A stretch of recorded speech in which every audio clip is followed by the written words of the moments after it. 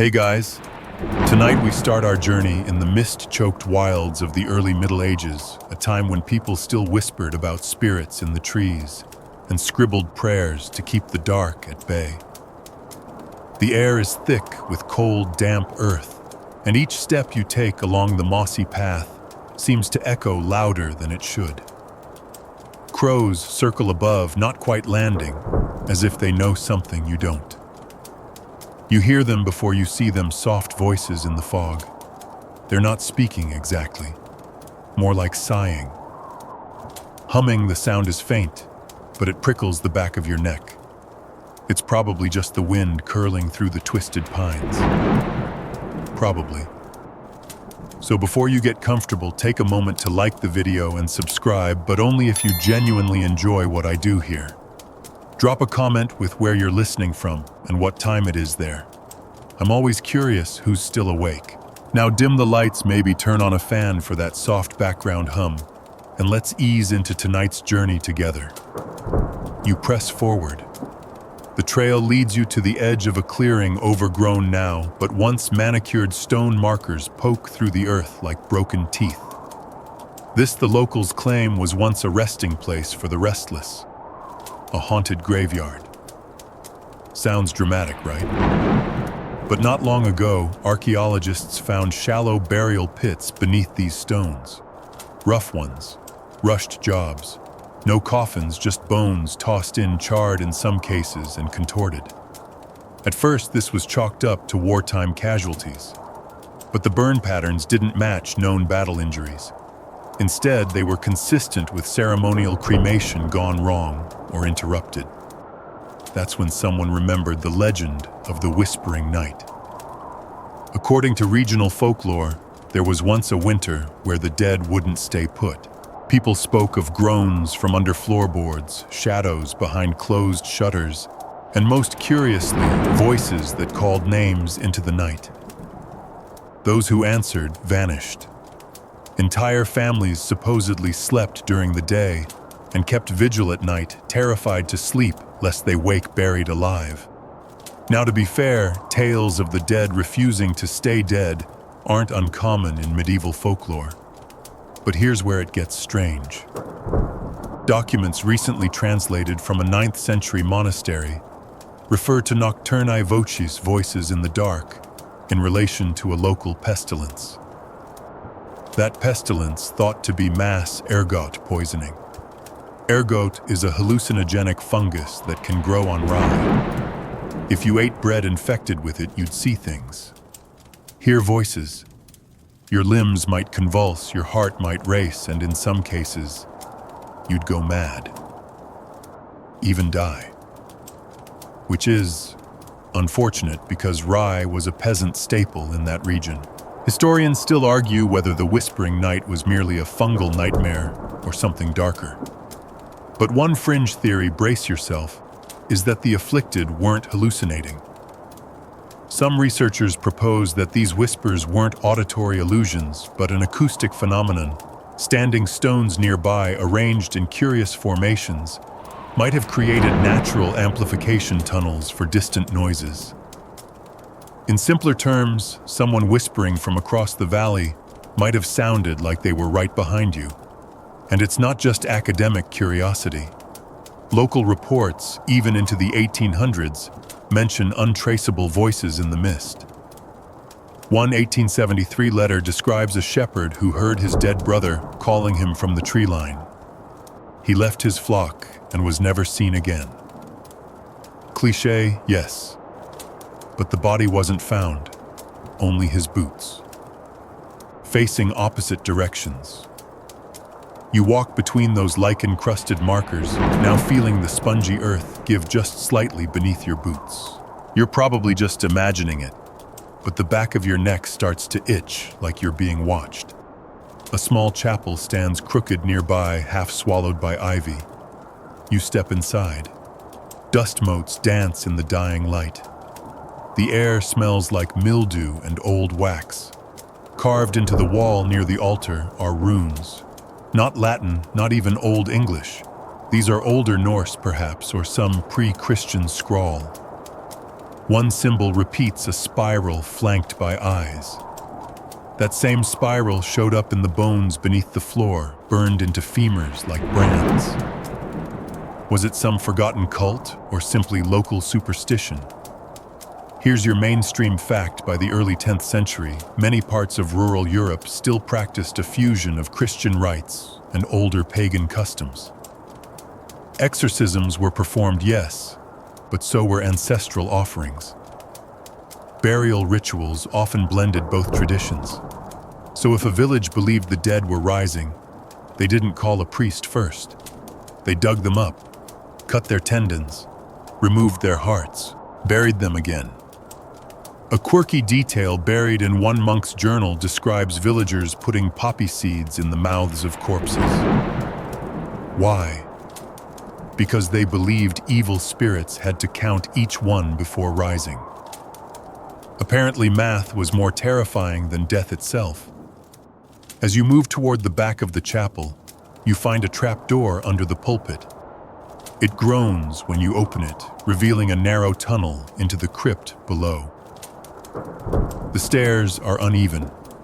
You descend, half expecting the air to get colder, but oddly, it's warmer down here.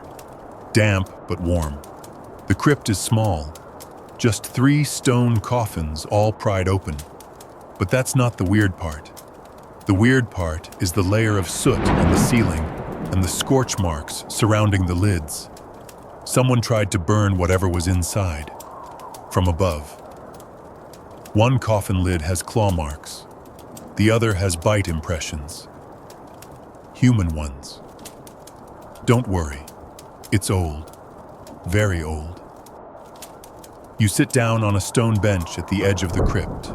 The stone is warm to the touch almost. Humming, no, that's your imagination. Has to be. Still, you glance toward the dark stairway, and for just a moment you think you hear it. A whisper. Not in Latin, not in English. But somehow you know it's saying your name. You shake it off, exhale, and chuckle. Probably just the acoustics. Probably. You don't look back as you climb the crypt stairs. Not that you're afraid. Just curious about what's next. And if you keep moving, you don't have to think too hard about what might still be whispering behind that chapel wall. By now, the forest has thinned, and you're wandering near what was once the edge of a modest medieval town. The path beneath your boots shifts soft mud, giving way to cobbled stones worn slick by time. It smells of moss, wet bark, and something else, old earth disturbed. You come upon a squat, sunken building. It doesn't look like much at first: crumbling brickwork, a sagging roof, and a door hanging just barely on its hinges. But beneath the ivy and rot, this ruin is sacred ground. Monastery records, once dismissed as apocryphal, mentioned a hidden chamber of the dead, lost beneath the house of silent prayer. For centuries, people assumed it was symbolic, just another allegory for the weight of sin. It wasn't. 2 years ago, while doing routine restoration work on the chapel adjacent to this ruin, archaeologists uncovered a sealed stone hatch buried beneath the altar. It led to a vast ossuary, skulls stacked in neat rows, hundreds of them, all buried without markers. No crosses, no inscriptions, nothing. Just bones. And every single skull had the same fracture, a blow to the back of the head. Clean, deliberate, efficient. Mainstream historians first guessed this was the result of some Viking raid or early Saxon purge. But then came the carbon dating. The bones were from different periods, spanning nearly a century. Whatever happened here wasn't a massacre. It was a pattern. Local legend fills in the blank. The townspeople whispered of the night of kneeling smoke. According to fragmented accounts, a priesthood, not quite monks, not quite laymen, carried out annual atonements for the sins of the village. Those chosen were led down beneath the earth to sleep without names. It was dismissed as a metaphor, until the bones matched the pattern. Now here's the fun part. One friar's handwritten account, barely legible from age, mentions a small group of chosen children called the Stillborn Choir. They weren't dead, not really, but they were raised in silence, trained never to speak. Their mouths were sewn shut symbolically until they came of age, at which point they either joined the clergy or vanished. Quirky, right, but this isn't just myth. Several skulls in the ossuary had fine grooves at the corners of the jaw, indicative of long-healed puncture wounds, exactly where thread might have been passed through soft tissue. Historians still argue whether this was a spiritual sect or an early brutal medical experiment cloaked in theology. Either way, someone was very careful to keep the truth buried, literally. The walls of the chamber were scorched black in places, as though someone tried to destroy the evidence before abandoning the site. You step carefully around the ruins now, not because you're afraid, but out of a quiet respect. The ground is soft, recently disturbed. You kneel to get a better look and spot something sticking out from the earth. Not a bone, not a stone, a tooth, polished, human. A sudden rustling makes you turn, just a fox darting into the brush. Still, you decide not to pocket the tooth. Probably best. You wander onward past what used to be the monastery gardens. The hedges are long gone, but faint outlines remain: walkways, garden beds, and a crumbling statue of a robed figure with no face. Locals used to call it the Weeper, claiming that in certain moonlight, the statue shed tears. Pure superstition, obviously. But the odd thing, the stone is streaked, not water stains, something reddish, and it doesn't wash off even in rain. There's a half-buried plaque nearby, worn smooth, but the faint Latin reads something like, "Here lie the nameless, so the rest may breathe." Nice, right? A poetic sentiment, or maybe just a terrifyingly vague confession. Let's zoom out a bit. Historically, monasteries were often the sole centers of literacy, record-keeping, and medical science during the Dark Ages, which meant they had the power to rewrite reality. A failed ritual. Just don't record it. A secret chamber full of murdered penitents. Say it was symbolic. You control the ink, you control the truth. But sometimes truth writes itself. One mainstream document from the 12th century refers to a blessing gone sour in this region, a sudden illness that turned the pious into stumbling wrecks. At the time, it was blamed on demons. But forensic analysis of the bones in that buried chamber showed traces of mercury, arsenic, and lead. Those aren't demons. Those are early attempts at medicine. Fringe historians have gone further, suggesting the so-called atonements were medical trials carried out in secret by monks dabbling in alchemy. One passage even refers to the fire blood of God's favor, believed now to be cinnabar, a bright red mercury compound. Ingesting it might have induced hallucinations. It also slowly poisoned your organs. But hey, at least you saw angels before you dropped dead. As you walk along the edge of the site, you notice a single black candle stuck in the earth, half-melted modern. Someone's been here. Recently. It's probably just some local teens. Right, still you decide it's time to keep moving. The sun's dipping lower now, casting long, reaching shadows across the ruins. You step over a pile of fallen stone, and your foot catches on something metallic. An old iron ring half buried in moss. You pull. A hidden trapdoor groans open beneath the weight of centuries. Inside, nothing but darkness and the faintest trace of sweet, rotten air. You light a torch, or you know your phone flashlight, because even in medieval horror, we're not savages. The space is narrow, tight. The walls are stone carved with spirals, eyes, and something else. Something that looks like open mouths. Lots of them. At the very end of the passage, there's a niche in the wall. Inside, bound in cracked leather and wrapped in linen, is a small journal. Its Latin is formal but legible. The first page reads, "Let he who opens this know silence is safer."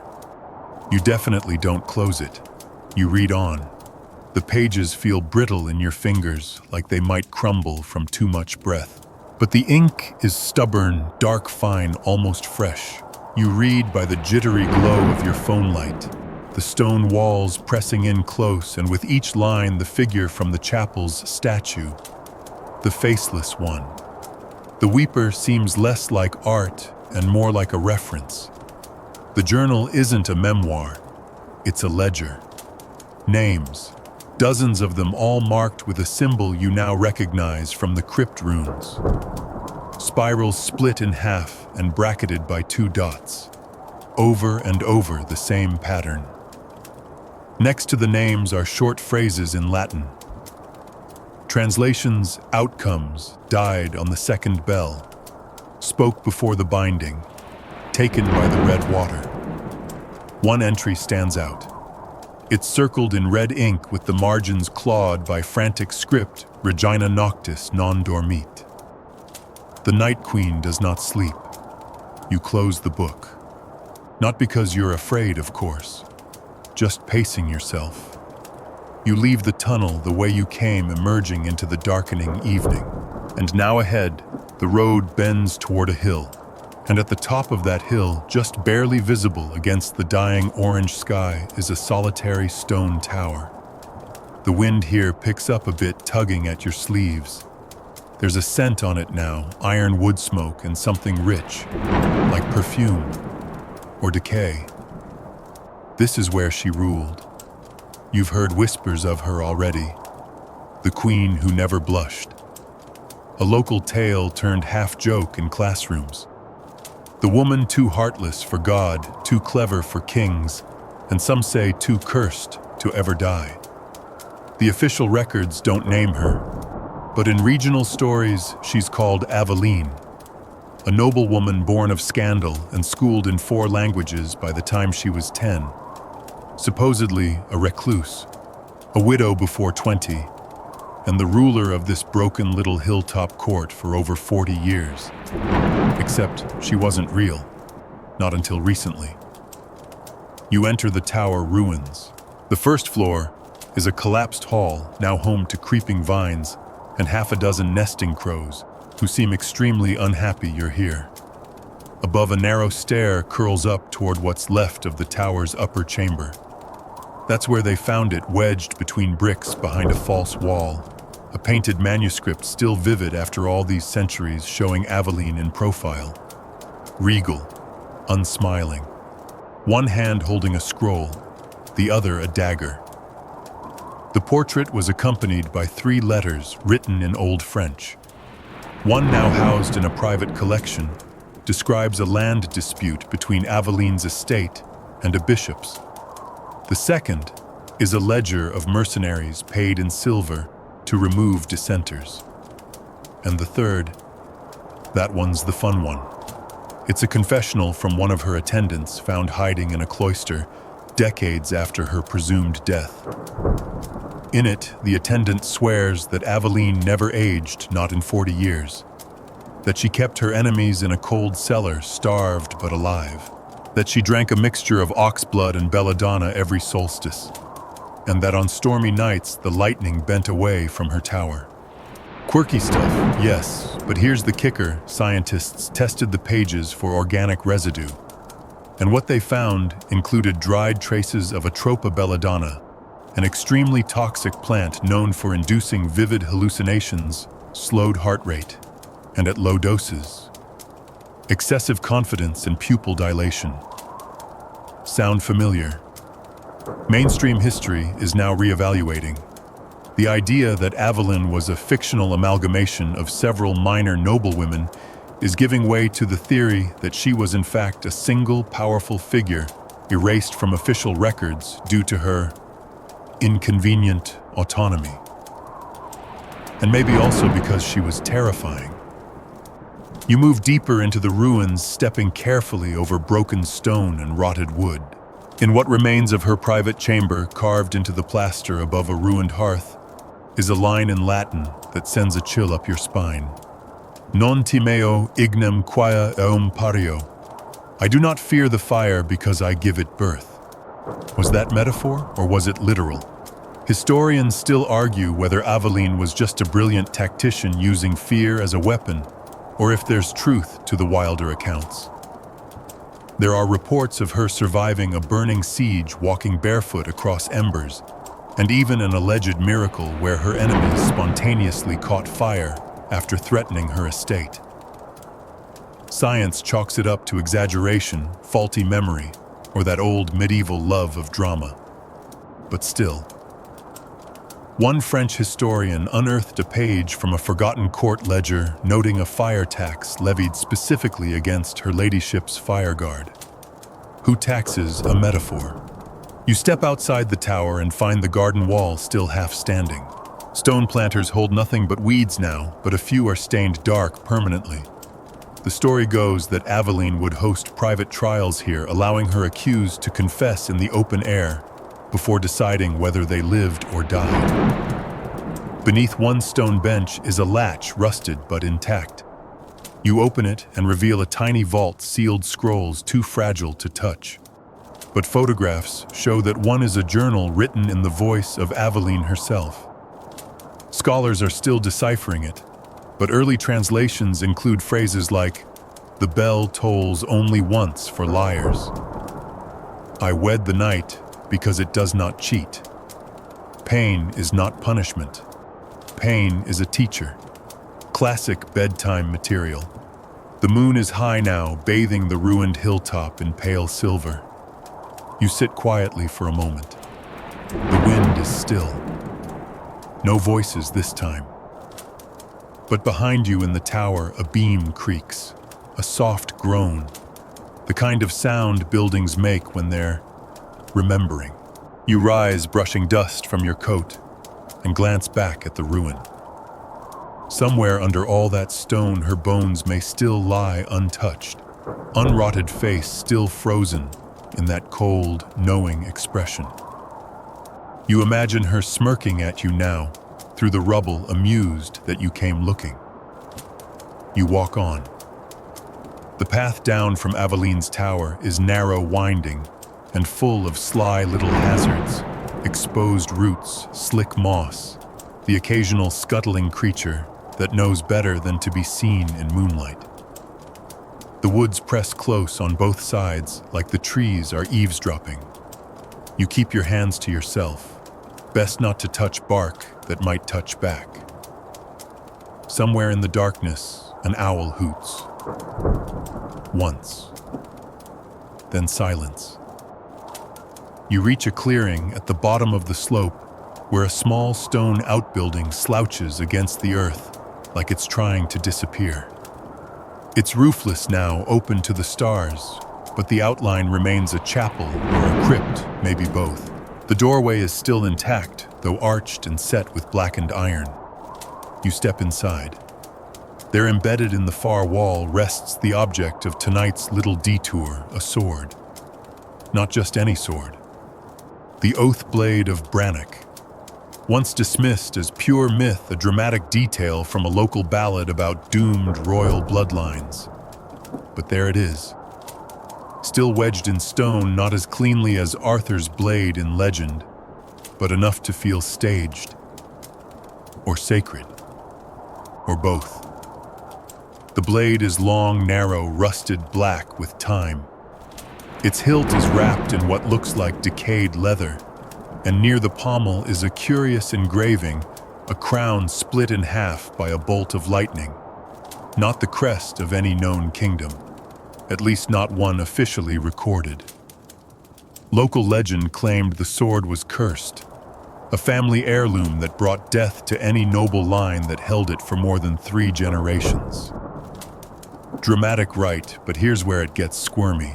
A recent historical reanalysis uncovered that 5 distinct noble families from the surrounding region, all unrelated, rose to minor prominence over a 400-year span, and all ended in extinction by the 3rd generation. Coincidence, maybe. But the real spine tingler is this: each of those families made reference in one surviving document or another to a sacred blade of black iron. Some claimed it was gifted to them. Others said they found it. One even said it appeared in the family crypt after a funeral, just standing there tip first in the stone like it had always belonged. Mainstream historians brushed it off as myth stacking. One sword, many stories, no proof. Until this chapel. Excavated 3 winters ago by accident, construction work for a new bypass uncovered the foundation. When the sword was found still embedded in stone, the site was shut down and reclassified as archaeologically sensitive, which is academic speak for something spooky just got real. But you're not here for bureaucracy. You step closer to the sword. Its blade catches a bit of moonlight, and for a moment almost gleams. Not just surface shine like something within it is trying to reflect. The metal is pitted and scarred, sure, but the core of it looks alive. You wouldn't say that out loud, but you're thinking it. And now for the mainstream fact: black iron, or more accurately, iron-rich in manganese, was used in a few very rare weapons crafted in Northern Europe around the 10th century. Stronger than typical bloomery iron and highly resistant to corrosion. Theories suggest that blades like this one were sometimes created with iron sourced from meteorites, which would explain the uncommon density and shimmer. Yep, a space sword, or part of one. You reach for it not to pull it free, of course, but to feel. The hilt is cold, much colder than the surrounding air. Your fingertips sting after barely a second. You yank your hand back, wincing. Then you notice the floor. The stone around the base of the sword is blackened in a perfect circle. Not burned, not stained. It's like the color itself has been drained. Tests done on-site revealed nothing abnormal. No chemical residue, no carbon scoring. Just stone that's wrong. Fringe researchers propose that the sword wasn't just a symbol of doom, it was used in some kind of ritual passed between families, like a sacred illness. One outlandish theory claims the sword fed on the bloodline itself, triggering madness, betrayal, and collapse. Sounds like nonsense. Except, each of the 5 noble houses who held it died out in tragedy. One in a fratricidal purge. One in an inexplicable fire that left only scorched bones. One in exile, their name erased from court records. One succumbed to a plague that touched no other household. And the last, they simply vanished. The entire family. One winter they were gone, their estate found cold, empty dinner still set on the table. You hear stories like that, and your rational brain says embellishment. But then your foot nudges something solid in the corner. You shine your light. It's a shield. Cracked and worn, but the same split-crown symbol is etched into its face. This wasn't just a sword, they had matching regalia. It belonged to a house that never made it into the history books. Or maybe it was removed from them. Historians still argue whether this sword was part of a forgotten knightly order, a condemned cult, or simply a ritual object that gained a nasty reputation. But everyone agrees on one thing: once the blade appeared in a family's care, that family didn't last long. You leave the chapel without touching the sword again. Probably for the best. Outside, the woods are quiet now. Too quiet. As you move on, you remember a poem scrawled beside the sword. In one of those old documents: 1 shall carry, 2 shall bleed, 3 shall vanish, none shall lead. If the blade returns to stone, leave the cursed line alone. You smile just a little. Even in the darkest ages, people knew how to rhyme. Still, you find yourself glancing over your shoulder. Just once. Just to be sure the sword's still where you left it. It is. Of course it is. Probably. You're starting to notice a pattern now: quiet places with loud histories, stories that outlived their storytellers. And tonight, you're stepping into another. Beyond the sword chapel, the path curves into a low valley hemmed in by bramble-choked hills. Not far from here, there's a ruined village. You wouldn't see it unless you knew where to look. Time has been mercifully cruel, hiding its bones in the undergrowth, letting only the occasional chimney or stone foundation peek out like knuckle bones from a giant's fist. This place has no name anymore. The locals just call it the Walled One. For centuries, people claimed it was cursed, sealed off during a plague locked from within. The story went that no one ever tried to flee. No one even screamed. They simply built a wall around themselves, bricked the last entrance shut, and vanished from history. Sounds ridiculous, right? But then LiDAR scanning, high-resolution aerial mapping revealed something eerie just beneath the tree line. The perfect rectangle of a man-made boundary. A wall, 6 feet high, completely enclosing a space where no modern maps show a settlement ever existed. Archaeologists were skeptical until they went digging. What they found wasn't dramatic, just foundations. The bones of buildings' door frames turned to mulch floor plans outlined by stone and rotted timber. But then came the carvings. In one home, etched into every wooden beam were symbols, circles split by vertical lines over and over, like the village had been wallpapered in warnings. In the central hearth of what might have been a chapel, a single word repeated in Old English: us sylph, ourselves. This wasn't an invasion or a quarantine. This was self-containment. You step through the last visible gap in the wall, ducking under thorny vines that have grown across what was once a gate. Inside, it's oddly quiet. Sound behaves differently here. Your footfalls feel distant. The birdsong from the woods doesn't follow you in. Even the breeze seems to pause at the wall's edge. Creepy. Sure. But here's where it tilts into something worse. In the remains of what was once the meeting house, researchers discovered stacked stones where the door should be. And behind those stones, tucked in a crawl space, was a skeleton curled into a fetal position. Around the bones, dozens of tiny cloth bundles. Inside each bundle, teeth.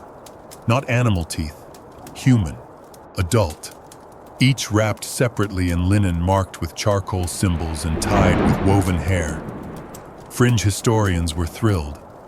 Everyone else was less so. One theory suggests this village was part of a heretical sect, maybe pre-Christian, maybe just fringe enough to get disowned. But the records don't mention heretics here. In fact, no records mention the village at all. It's like someone deliberately erased them. And then there's the weirdest detail: no evidence of disease. For a town supposedly sealed during plague times, the expected traces, mass graves, hasty burials, scorched bedding, pest-related artifacts aren't present. There are bones, yes, but all were buried deliberately, respectfully, with rituals. One woman's skeleton was found with her arms crossed, palms turned inward, clutching what turned out to be a bundle of dried heather and crushed belladonna. Again with the belladonna. You begin to suspect they weren't just hiding from disease. They were hiding from something else. Here's your mainstream fact. During the early 11th century, it wasn't uncommon for small rural communities to separate themselves during periods of illness, famine, or political unrest. Walls were built not just to keep things out, but to keep people in, especially if those people were seen as cursed, afflicted, or politically dangerous. But in this case, there's no record of the why. Historians still argue whether this was a health-driven quarantine, a collective religious act, or mass delusion. But one translated journal fragment found in the ruins of the headman's house suggests something more chilling. It reads, "She did not wait to be damned. We closed the gate before the voice could enter. If it already lives in us, then let it die here with us." The voice again, a familiar theme. Some say this was just metaphor for madness. Others say the village may have experienced a shared hallucination, perhaps from tainted rye or local fungi, as with the ergot poisoning theories we saw earlier. But then, how do you explain the carvings? Not just the ones in beams. Beneath the chapel floor, archaeologists uncovered a shallow pit containing dozens of clay tablets, each etched with repeated symbols, mostly spirals and eye motifs again. A few bore tiny fingerprints like they'd been held tightly by scared hands. And then there's the thing they don't talk about in the public reports. A small object found buried beneath a hearthstone in the largest house, a bell. Not just any bell. Iron soot-stained with the symbol of a tongue forked in two. When rung gently out of curiosity, it produced a tone too low for normal hearing. A deep vibration that could only be felt in the chest. The bell has since been moved to storage, or so they say. You reach the center of the village now, where the grass grows strangely thin. A circle of bare earth, nothing growing, not even moss. No one knows why. Soil tests have shown nothing unusual, but nothing roots here. You kneel in the circle. It's warm, not hot.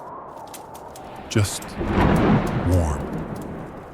A fox steps through the brambles, the same one from earlier. It watches you for a moment, unmoving. Then it turns and walks back into the woods. You think about following it, but decide against it. Something tells you it's heading where you can't follow. You brush the dirt from your knees and glance back at the empty houses, the silent wall. You imagine the moment they sealed it shut, who laid the final stone, and whether they hesitated, whether they thought for even 1 second someone might come back. No one ever did. You leave the walled village behind. Its silence clings to you longer than you expect, like a second skin. The path ahead winds through open fields now hemmed by low stone fences and crooked trees that look more like prisoners than plants. The air smells faintly of ash and something sweet, clover maybe, or the ghosts of old offerings. You're heading toward higher ground now. The moors, sparse, windy, vast, and once home to a brotherhood that most scholars used to laugh off as a legend. You've heard the name before, the warrior monks of the moorlands. Sounds dramatic, right? Like something from a B-grade fantasy movie. Monks with swords chanting into the fog, fighting off invisible enemies and guarding buried secrets. Except turns out they were real. You crest a ridge and see the ruins ahead, a long, narrow hall now roofless and sunken, half swallowed by heather.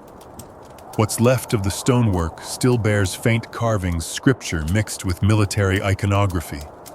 A sword crossed over a chalice, a flaming heart surrounded by chains. Classic symbolism, equal parts pious and ominous. When historians first came across scattered references to the Order of the Cleansing Flame, yes, that was their full title, they assumed it was a metaphorical sect, theological purification, a sort of penitential movement during the plague years. But then someone found the map. Tucked inside a carved reliquary at a nearby abbey was a sheet of vellum inked with navigational notations, routes, trails, old paths through the moors. At the bottom, Domus Ultima Lucis, House of the Final Light. This ruin, and nearby a shallow grave containing 5 skeletons, each buried with weapons. Not ornate swords for ceremony, functional ones. And none of the men had their heads. That part was intentional. Ritual, not execution. Here's the mainstream fact: not all monks in the Middle Ages were cloistered. Several groups, especially in dangerous frontier regions, took up arms to defend pilgrims' holy sites or plague refuges. Think of the Knights Templar or the Teutonic Order, but much smaller, more isolated, and often unofficial. These moorland monks. They were off the books. Fringe historians say they may have been early religious outcasts founded by a priest, excommunicated for practicing illumination by fire, a now lost belief that spiritual truth could be revealed by proximity to flame. This wasn't metaphorical fire. It was literal. Controlled burns, ritual exposure to heat. In some cases, self-inflicted branding. Quirky, definitely. But here's the kicker. The main hall of the ruined chapel contains a shallow pit, blackened stone, soot-coated walls, and rows of nail holes along the edges. The working theory. They built a fire trench and sat around it chanting for hours, sometimes days. You step into the ruins now, crunching across charred remnants of floor tile. The acoustics here are strange, sharp, echoing.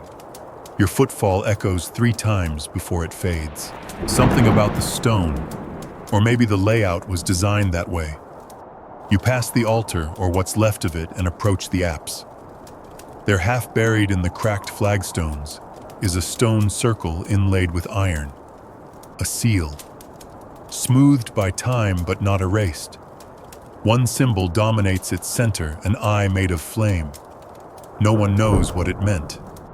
But burned into the stone around it are more Latin phrases, some known, some garbled. One of the clearest reads, "We see because we burn." Maybe not the healthiest motto. Historians still argue whether these monks were visionaries, lunatics, or something in between.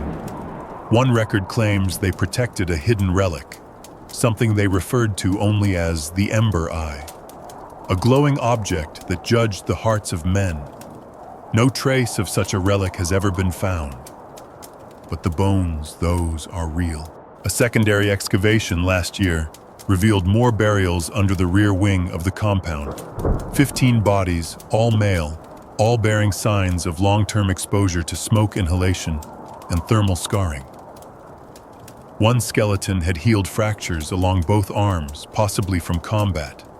Several had fused vertebrae and arthritis, indicating years of kneeling. But it's what was missing that caught attention. None of them had tongues. Cleanly removed. You pause in the ruins' windbreak and imagine them, these wordless warriors' faces, shadowed by hoods protecting something that no one alive remembers. Or maybe just protecting each other from the world they'd fled. Fringe theorists have a spicier take. They say the monks weren't just guarding a relic. They were containing it. That the Ember Eye wasn't holy, it was dangerous, corrupting. That it drove men to madness unless bound by fire and silence. Sounds ridiculous. Except one monk's preserved journal, recovered from a nearby cave sealed with melted wax, describes visions that bloom behind the eyes and a light that speaks without sound. That cave, by the way, was lined in lead, a precaution against radiation, paranormal containment, or just the medieval version of overkill. You move toward the edge of the ruins where the grass grows thicker, wildflowers fighting for space among the stones. Something glints beneath a bush half buried. You dig gently with your fingers and reveal a medallion, round, blackened, etched with the same flame eye symbol. The metal is scorched, pitted, and oddly warm. You leave it. Across the moors, the wind picks up, not howling, not angry, just constant. The kind of wind that doesn't stop, not for you, not for anyone. You begin to understand why they came here, why they stayed, why they burned their names and swallowed their voices. In a world that screamed with plague, war, and betrayal, maybe silence and fire were the only things left that made sense. You walk on the last light of the day, bleeding away behind you. The stone hall falls into shadow, and the moor swallows the sound of your steps. Behind you, the ruin waits. Cold, quiet, watching. The moors fade behind you, their rolling hills like waves under a dark sea. You're back beneath the trees now, where everything feels closer, branches, knotting overhead, undergrowth, pressing tight at your knees, and that heavy silence that's never quite silent. Somewhere a trickle of water mutters nearby, the sort of stream that only exists when it wants to. And ahead, the briars. They show up suddenly, walls of twisted, thorny growth that reach higher than your head. Nature doesn't usually build fences like this, but this was shaped, directed. Centuries of careful neglect. Locals used to say the briars grew thicker where they wanted no one to go, which was funny until someone tested the soil here and discovered deposits of bone ash. Not one place, many. You push through an opening where the thorns part unnaturally wide, and there it is, the hollow at the center. And in that hollow, the beast's den. Not a proper den, of course. Just a low stone mound, partially caved in, barely visible under moss and creeping vines. But it's real. And once, not so long ago, it terrified every village for 20 miles in any direction. The legend, it goes something like this: a thing lived here. Not man, not beast. Something in between. Hairless, pale as milk, long-limbed and too fast. The villagers called it the Hollow One or the Howler, depending on who you asked. It was said to feed on the dying, digging up fresh graves or lurking near plague houses. People who saw it didn't talk about it for long. The story was nonsense, of course, until the bones were found. 10 years ago, a forestry team cleared a path through these briars for survey lines and hit something hard beneath the dirt. They assumed it was stone. What they found was a makeshift cellar, collapsed timbers, rough steps, and a pile of human remains. Not buried, not arranged, just piled. And here's the part no one likes to talk about. The bones weren't ancient. Some were, but not all. Carbon dating revealed at least one skeleton was from the early 1800s, long after this area was supposedly abandoned. More disturbing, several of the remains showed similar mutilation: teeth removed, fingertips shattered, scratch marks on the inner surfaces of skulls, as if the pain had started inside the head. A mainstream theory: mercury poisoning, perhaps from local industry runoff. Another darker theory: parasitic infection, brain worms, hallucinations, cannibalistic psychosis. Pick your poison. But that didn't explain the claw marks on the ceiling. Historians still argue whether this site was a hiding place, a prison, or a lair. Some suggest it was used as a dumping ground for plague victims during the Black Death. Others say it was a shelter turned tomb when its occupants never left. But there's one final wrinkle. The den was lined with stones not native to the area. Smooth river rocks dragged here from miles away. On each one, etched with crude, obsessive precision, the same spiral and the same open mouth. You've seen those before. A fringe researcher named Tamsin Reed published a single paper before disappearing off the academic map. In it, she theorized the spiral mouth symbol was a sigil designed not to ward off evil, but to invite it. She called it a mouth-for-mouth glyph, a deal, a call. No one took her seriously, but according to her notes, several remote sites across Europe have nearly identical carvings. Most of them have no names, no maps, just silence and stories about things that fed in the dark. You step closer to the den's remains, now crouching under a low arch of branches. Inside, it's just earth and shadow. And something else. Hair. Not fur. Human hair. Caught in the corner where two stones meet, graying brittle. You don't touch it. You're not that curious. Beside it, a crude doll sits in the dirt woven of twine cloth and a bird skull tied where the head should be. You wonder how long it's been there. Decades longer. Or did someone leave it recently? The air smells different in here. Damp, coppery. You pull back and take a few steps away from the den, heart ticking just a little louder now. You're alone, but you don't feel alone. You've walked past enough ruins by now to know the difference.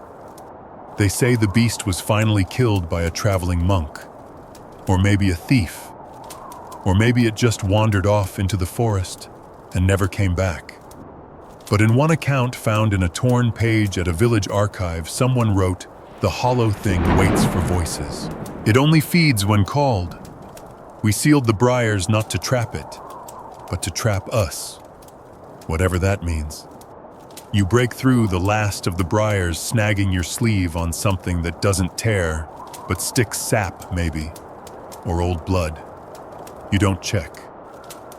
Back on the path, the forest feels lighter somehow, but you keep glancing over your shoulder. Not out of fear, just reflex. Because that den, the one behind you, it's still there. The earth still holds it. And the thing they warned about the beast, the hollow one, the howler, it was probably just a symbol, a shared nightmare, a name for something they couldn't explain. But symbols don't leave claw marks, and nightmares don't bury bones. You follow the narrowing path away from the briars. Boots thudding over patches of gnarled root and old cobblestone worn nearly smooth by centuries of use or maybe neglect. The trees are taller here, older, like they've seen things you were never meant to know. Their trunks twist slightly unnaturally, as if once, just once, they turned to watch something pass. You're approaching what used to be a stronghold.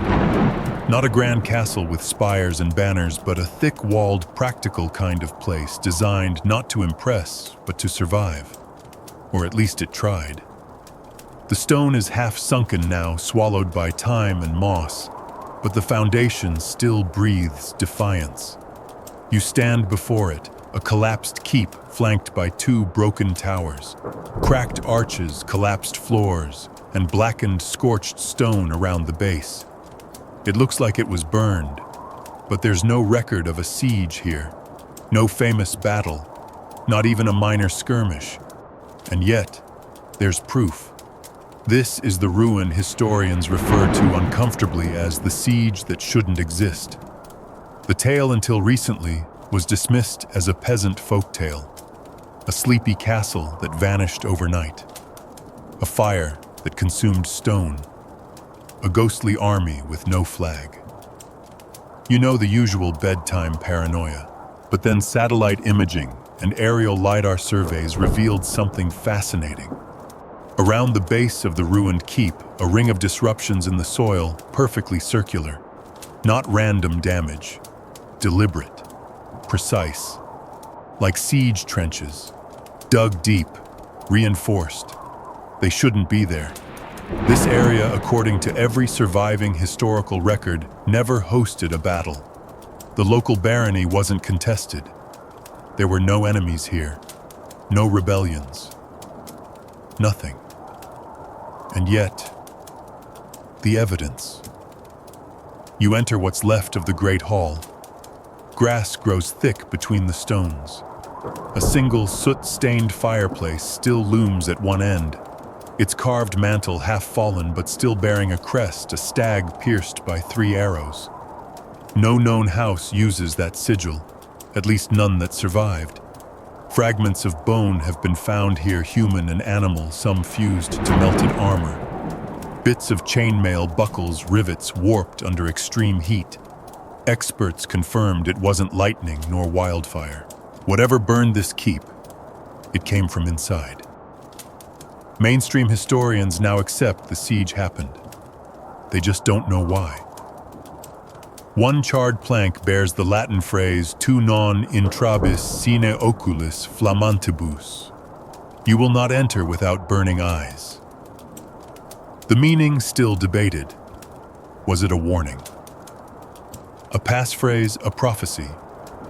Here's your historical fact: flash sieges attacks that lasted under 24 hours, were rare but real in the early Middle Ages, usually involving overwhelming force or internal betrayal. The problem: there's no sign this keep had enemies. It wasn't politically significant.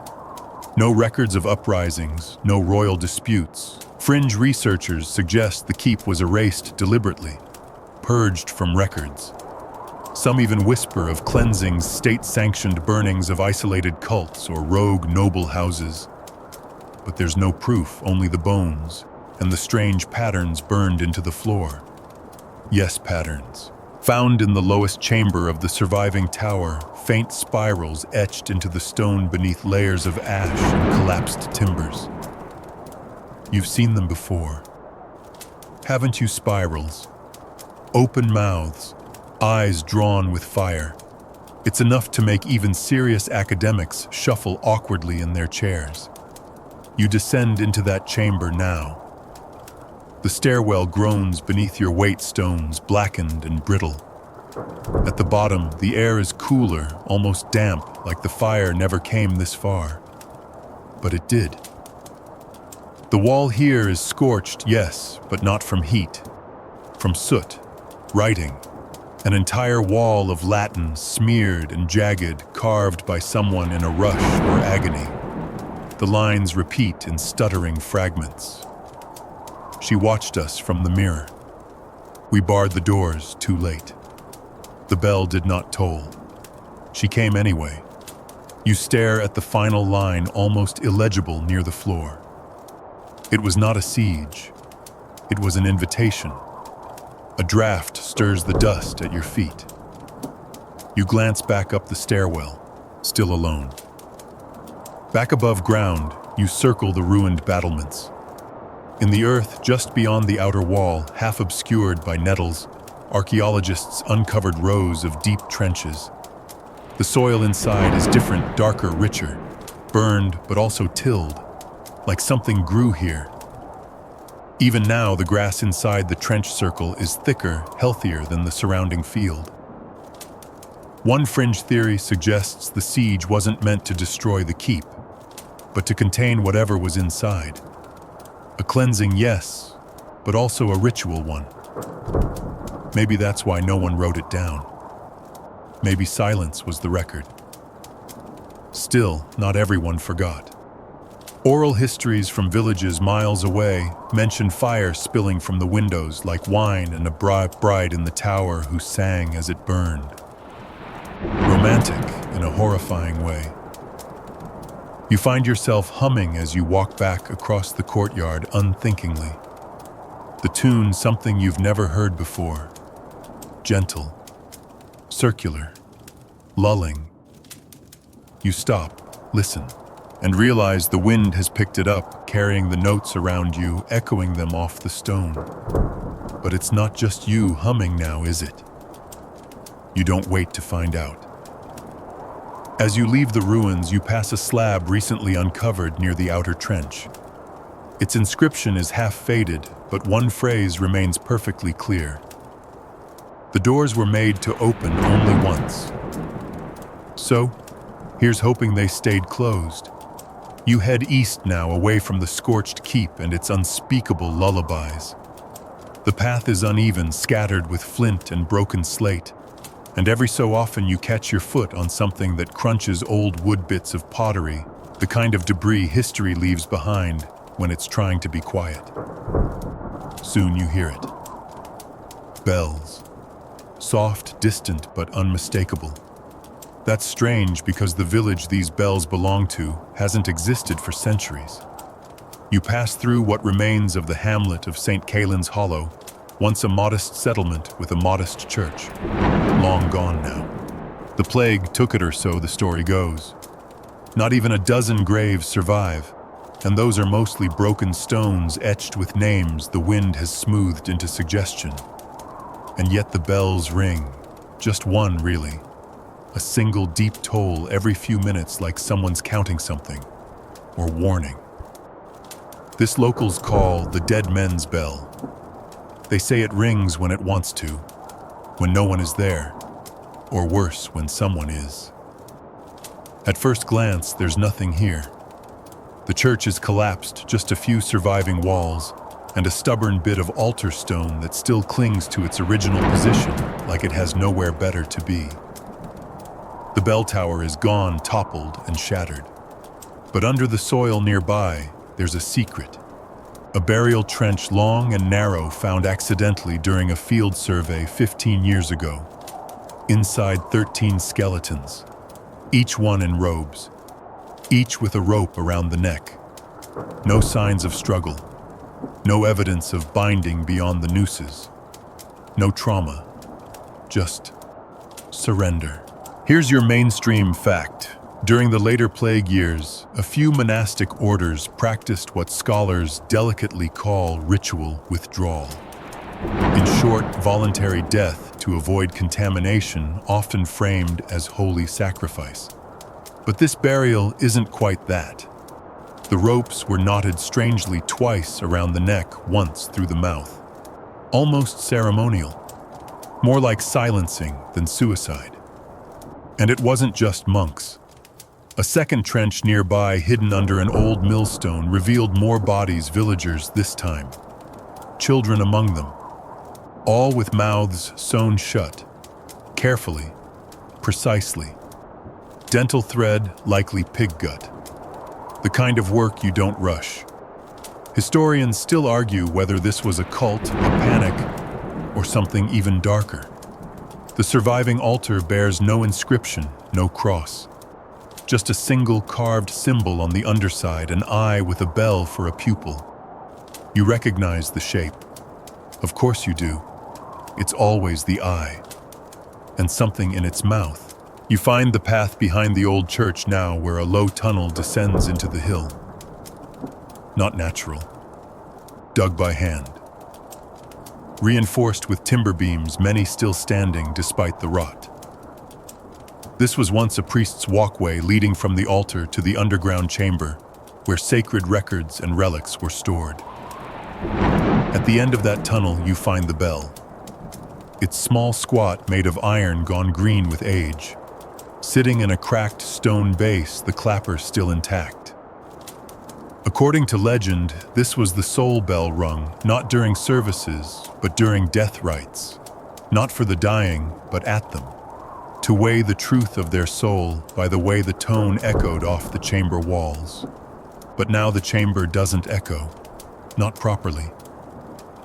The walls absorb sound like cloth. When you speak aloud, your words seem to fall straight down, as if swallowed by the stone. You look at the bell. It looks back. You ring it, just once. Because of course you do. And nothing happens. Not right away. But the tone it makes isn't a clean chime. It's off. Bent. Like something inside it moved mid-vibration. You don't ring it again. A researcher once described this bell as mechanically ordinary, but atmospherically unrepeatable. Another suggested its tone changed, depending on the number of people in the room. Yet, every test was performed alone. They thought that was the point. One fringe theory proposes that the bell is a listener, not a tool. That it doesn't make sound, it collects it. That every voice silenced in this village, every secret whispered at confession, every last breath was caught inside it. Why would someone build such a thing, Himple? To remember. Or maybe, to judge. You step away from the bell, back into the tunnel, feeling strangely heavier than when you entered. The silence follows. You want to hum, say something, anything. But you don't. Not here. Outside, the wind has picked up. The church ruins are oddly clean, no bird droppings, no nests, no insects. Nothing wants to live here. You pass a moss-covered bench and spot a line of carvings along the backrest. Just initials. But one pair appears over and over again. IAUG and CM carved side by side, always in the same hand. Lovers, maybe, or witnesses, or both. The last carving is deeper than the rest, chiseled, not scratched. She spoke and the bell did not toll. That was the worst part. You leave the ruins in silence, ears still half expecting to hear that bell again. One more toll, one more warning.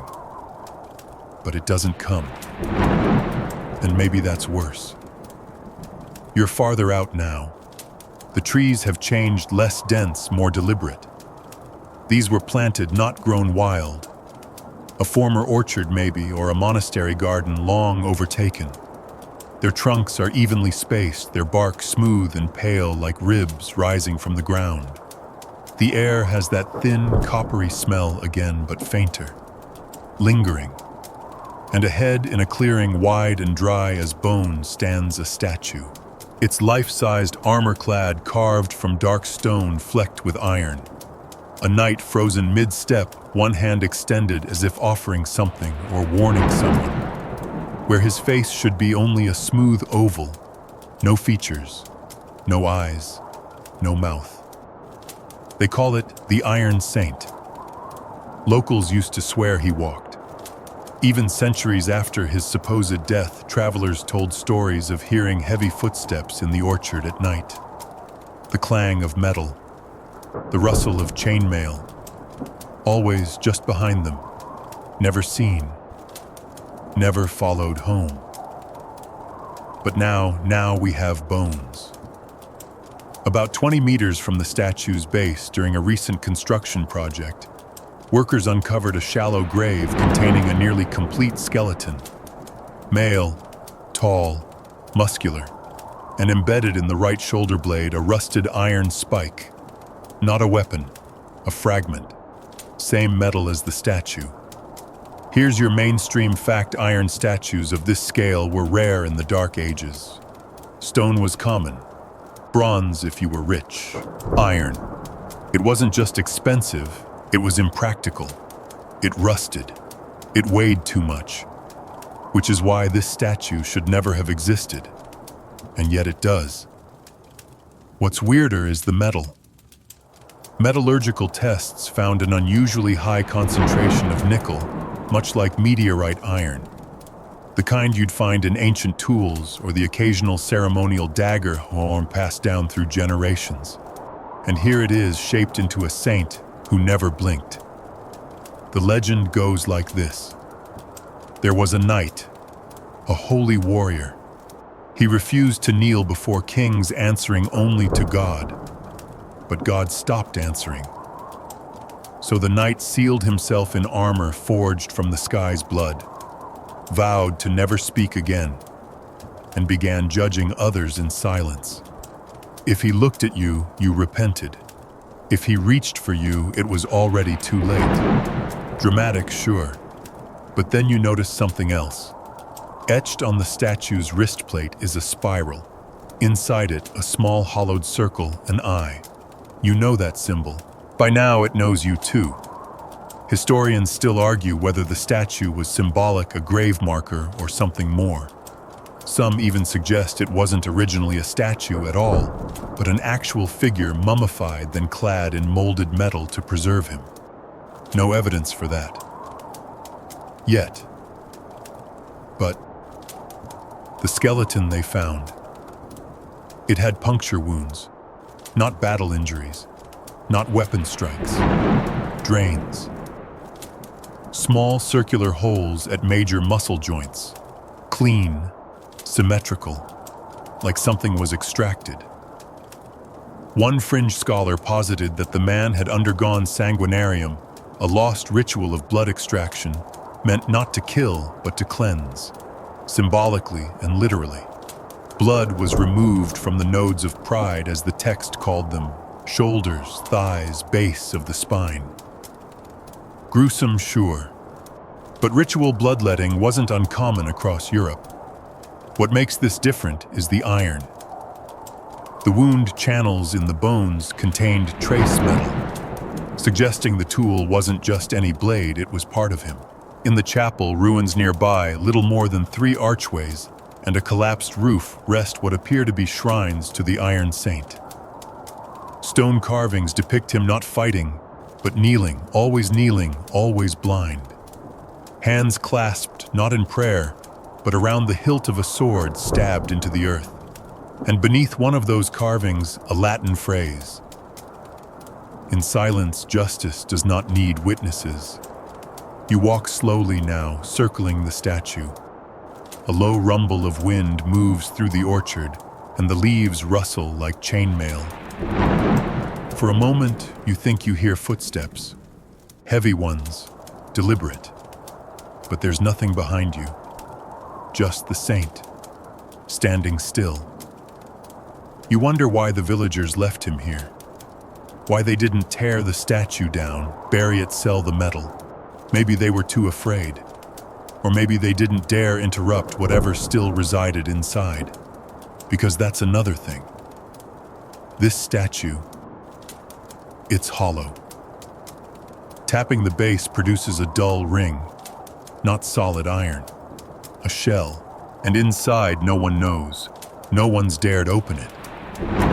The last person who tried, an amateur historian with a pry bar and more confidence than caution, disappeared 3 days later. They found his boots by the chapel arch, facing in opposite directions. You remember that detail, don't you, Boots? Always the boots. You walk away now, gently, carefully, the way one might back out of a room full of sleeping dogs. Behind you, the Iron Saint doesn't move. Probably never has. But the wind moves around him differently, like it's aware of his weight.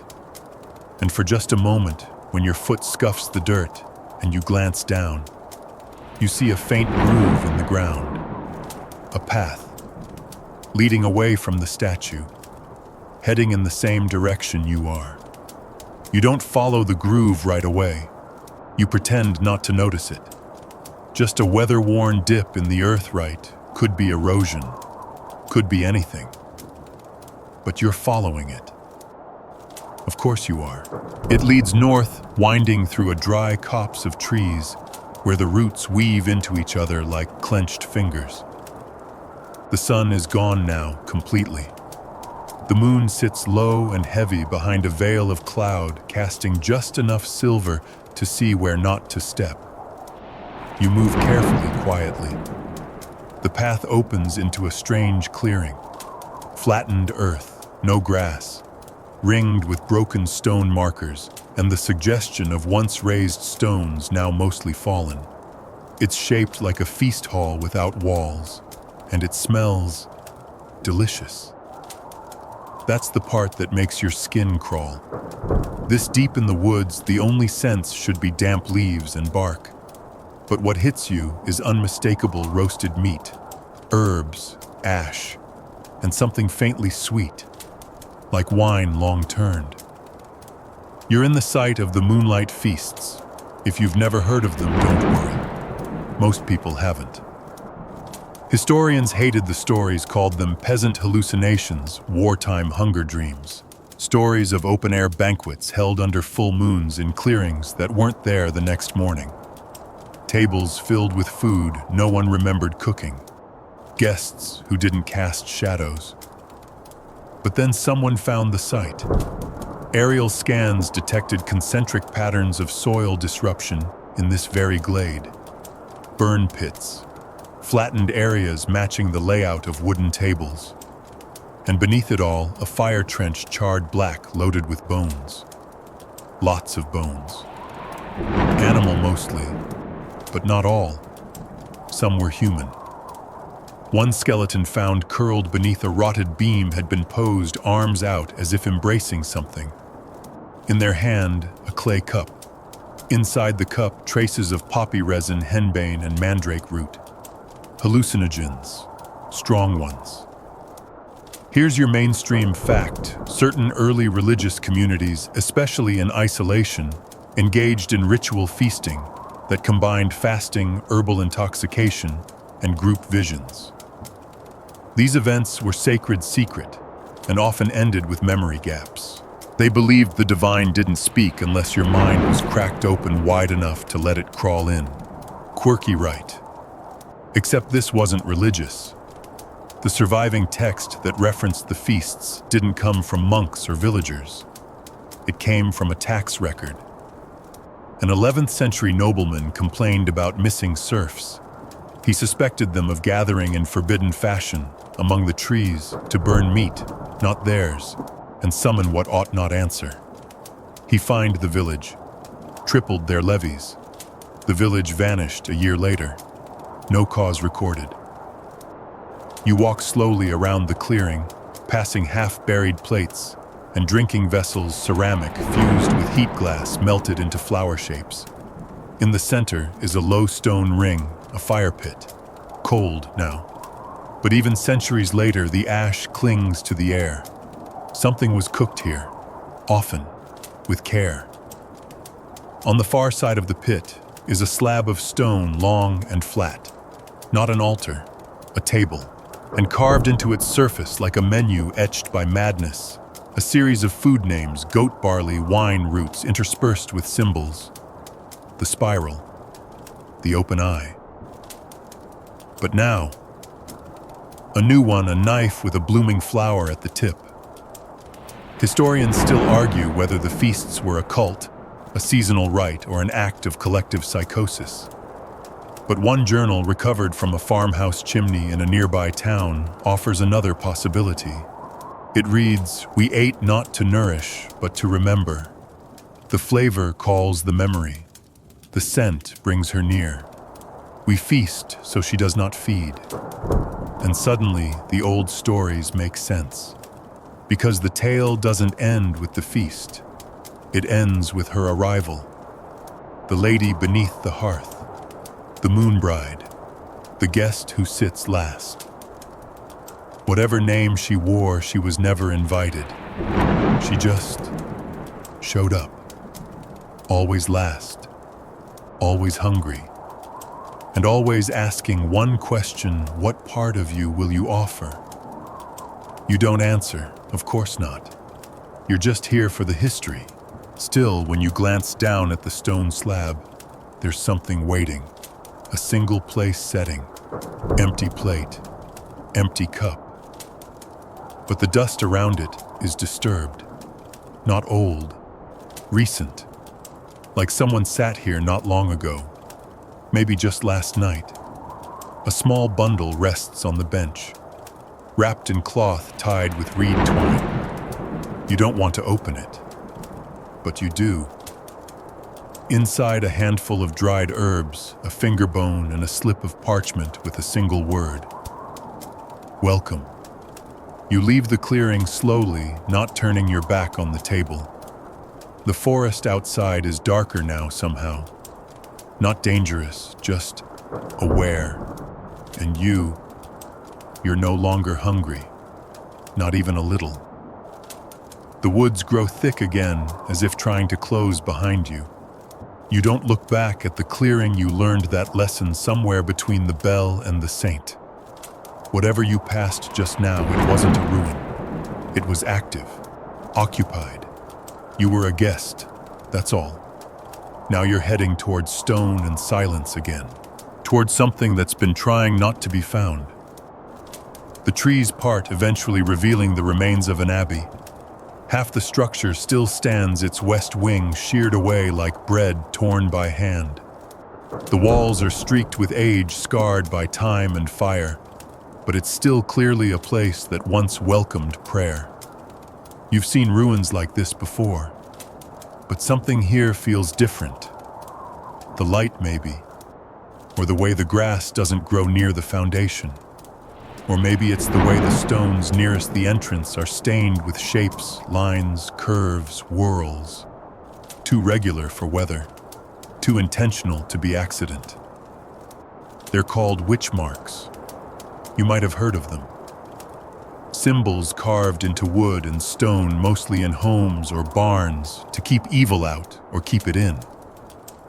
The common ones are circles, daisies, pentagrams, double V's for Virgo Virginum. Mary, protector of purity. But these aren't that. You kneel near one of the marks, running your fingers over the grooves. It's been burned in, not etched, blackened and smoothed by generations of weather. The shape is familiar, an open eye, of course, but inside it's something new. A jagged, fractured spiral. like a broken wheel. This wasn't just a charm, this was a warning. The abbey itself is older than records suggest.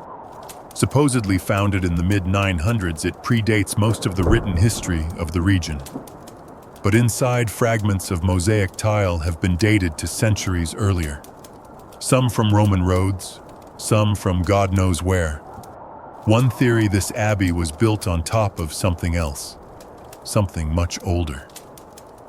And here's your mainstream fact. It wasn't uncommon in medieval Europe for Christian churches and abbeys to be built over pagan sacred sites, partially for convenience but also to symbolically overwrite the old gods with the new. What's unusual here is what they left behind. As you step inside, you notice the walls aren't covered in frescoes or crosses. Instead, nearly every flat surface bears marks. Not art, not scripture, just more spirals. Some etched, some burned, some stained into the stone with what looks like oil, or blood, or both. One pillar near the transept bears a single word in Latin carved low, almost shy, tace. Be silent. This word appears 5 more times throughout the abbey, always near doorways, always at eye level.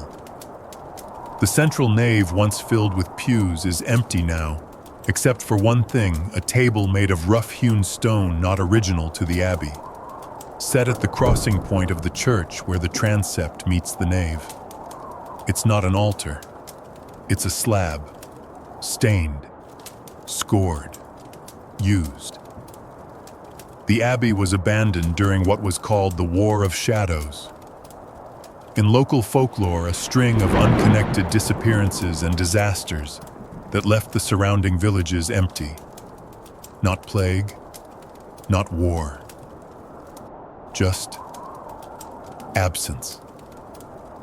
One monk's journal survived hidden in a crypt nearby. Its final page reads, "We prayed to hold her here.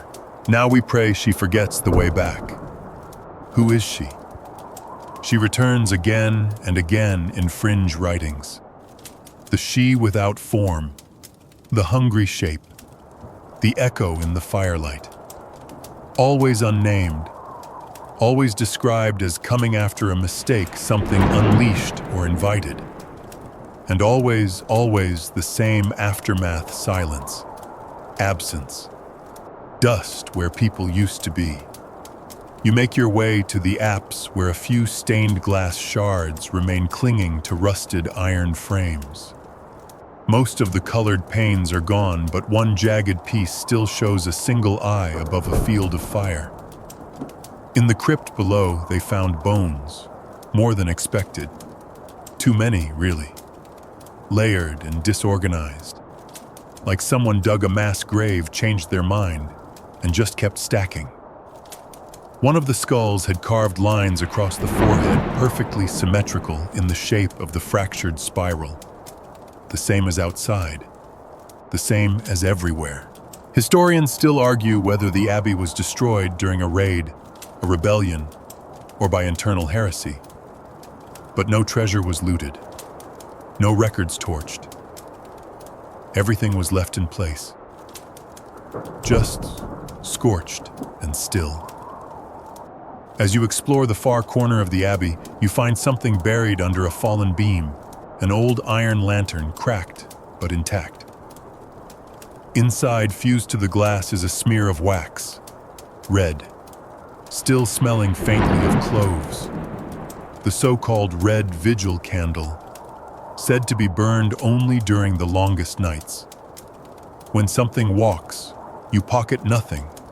When you leave the abbey, you pass through the broken archway at the west entrance and feel a sudden drop in air pressure.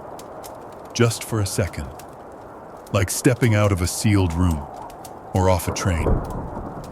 Behind you, the abbey stands still. But the wind moving through it isn't random. It carries a note, almost a voice, almost your name. You keep walking. And beside the path in the moss, just off the stones, you notice a small round object half buried in the soil. A candle stub, red wax, still warm. You walk with purpose now, not fast, not fearful, just steady, like someone who understands that forward is the only direction that doesn't echo. The woods fall away behind you, the air growing heavier and wetter with each step, and soon the trees thin out entirely. The sky opens above, bloated with clouds, and before you lies a wide, still lake. They call it Dreamir. Locals don't fish it. They don't swim in it. Most won't even name it aloud. They say it hides a village beneath the surface. A whole town swallowed in one night. Bells still ringing below. Fires still flickering when the moon's just right. You've heard versions of this story before. Every region has one. But this one is different. This one was proven. Because during a long drought about 30 years ago, when the lake shrank to its lowest level in a century, bones surfaced, walls emerged, and worst of all, doors. Still shut. You stand at the edge of the water now.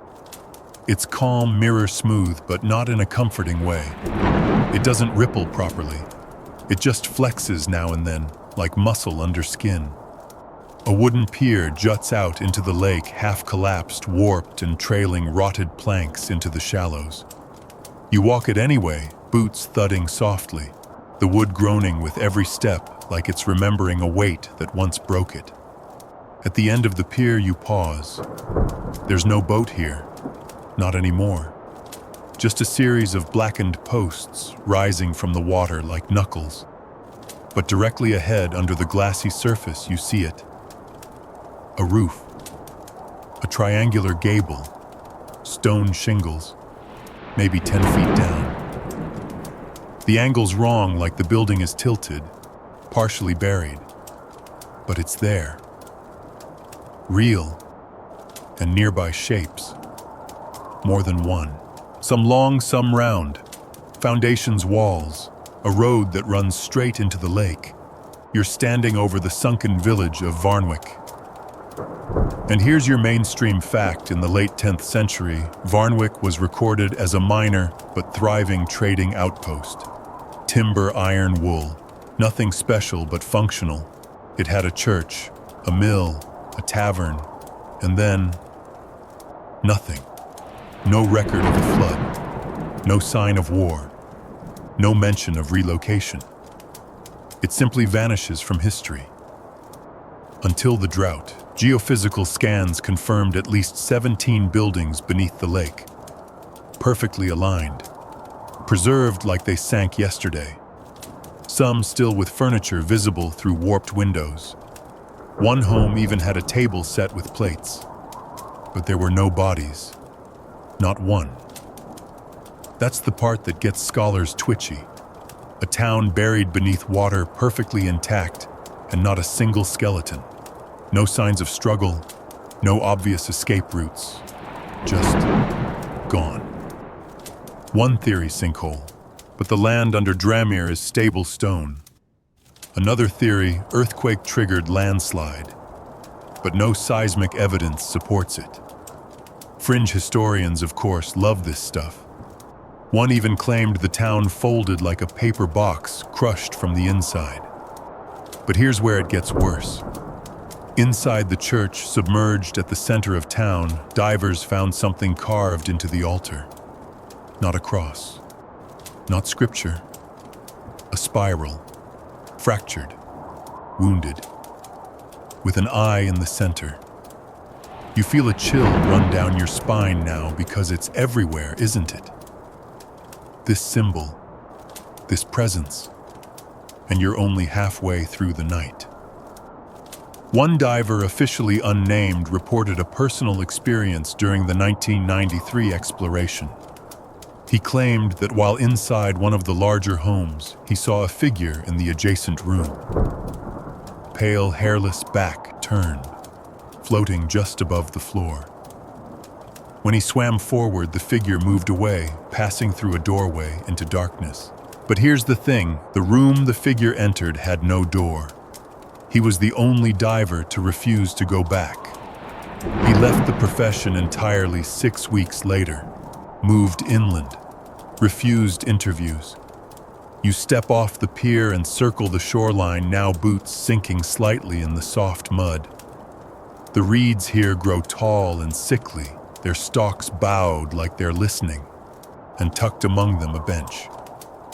Stone. Simple. Old. Carved into the back is a date 976 AD, and a single phrase, "We are below now." There's something beside the bench, half buried under moss and silt. You wipe it clean. A rusted lantern. Just like the red vigil lantern from the abbey. But this one still holds a wick. Dry. Intact. Waiting. You don't light it. As the wind picks up across the lake, you hear it again. A bell. Not loud. Not crisp. Just a low toll-like sound traveling through water. You freeze, listening. The tone comes again, slightly closer. But the surface of the lake doesn't move. You back away slowly, eyes fixed on the water, until the roof vanishes beneath your angle of view. The tolling stops. And in the silence that follows, you finally ask yourself, if no one drowned here, where did they go? And who still rings the bell? You leave Dremir behind, though you swear the lake watches you retreat. The trees return eventually, thinner now, as if uncertain about growing too close to something that swallows entire towns. The road curves inland, drier and dustier, until you reach a cottage. Ordinary at first glance. Sloped roof, stone foundation. The kind of place you'd pass without a second thought. Except this one is different, because this is where the plague doctor lived, or hid. The records don't agree. The story passed around in whispers and nervously chuckled anecdotes goes like this. A man arrived in the village during a season of illness, wearing the beaked mask and black robes of a plague physician. He never spoke, never removed his mask. But when he walked into a house, the fever left it. He'd stay for hours, then move to the next. He cured people, and then one night he vanished. Left no name, no belongings, no trace, except the room. You're in front of that cottage now. Most of it has collapsed walls, split timbers rotting, but the cellar remains intact, hidden behind a hearthstone that doesn't quite match the others. When researchers finally uncovered it a decade ago, they found a narrow staircase leading downward, too steep for comfort, too clean for coincidence. And at the bottom, the doctor's room.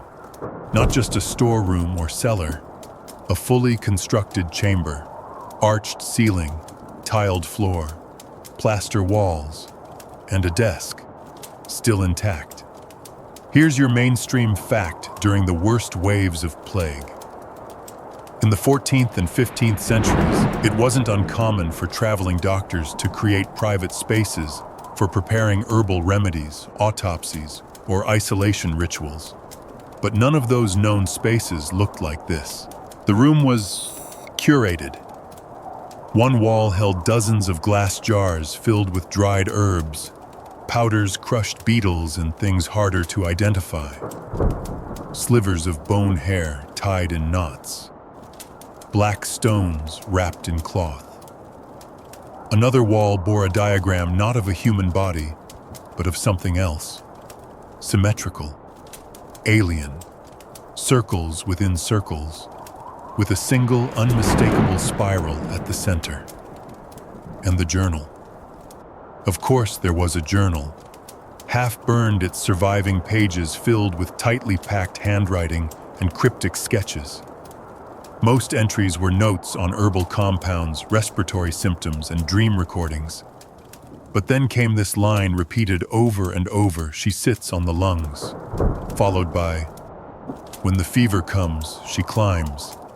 If the tongue swells, she is listening." They called her Mercy, but she is not. Quirky, sure, but here's where it gets worse. The plaster in the room was covered with shallow scratches. Claw marks, some thought. But no animal had access, and they weren't random. Upon closer inspection, they matched writing, repeated phrases carved into the walls beneath the paint. Do not drink from the black cup. Light 3 candles, then listen. The bell tolls wrong. And once again, she sits on the lungs. Historians still argue whether this room was medical magical or both. One fringe theory even suggests the doctor wasn't human, that he was an emissary of something else.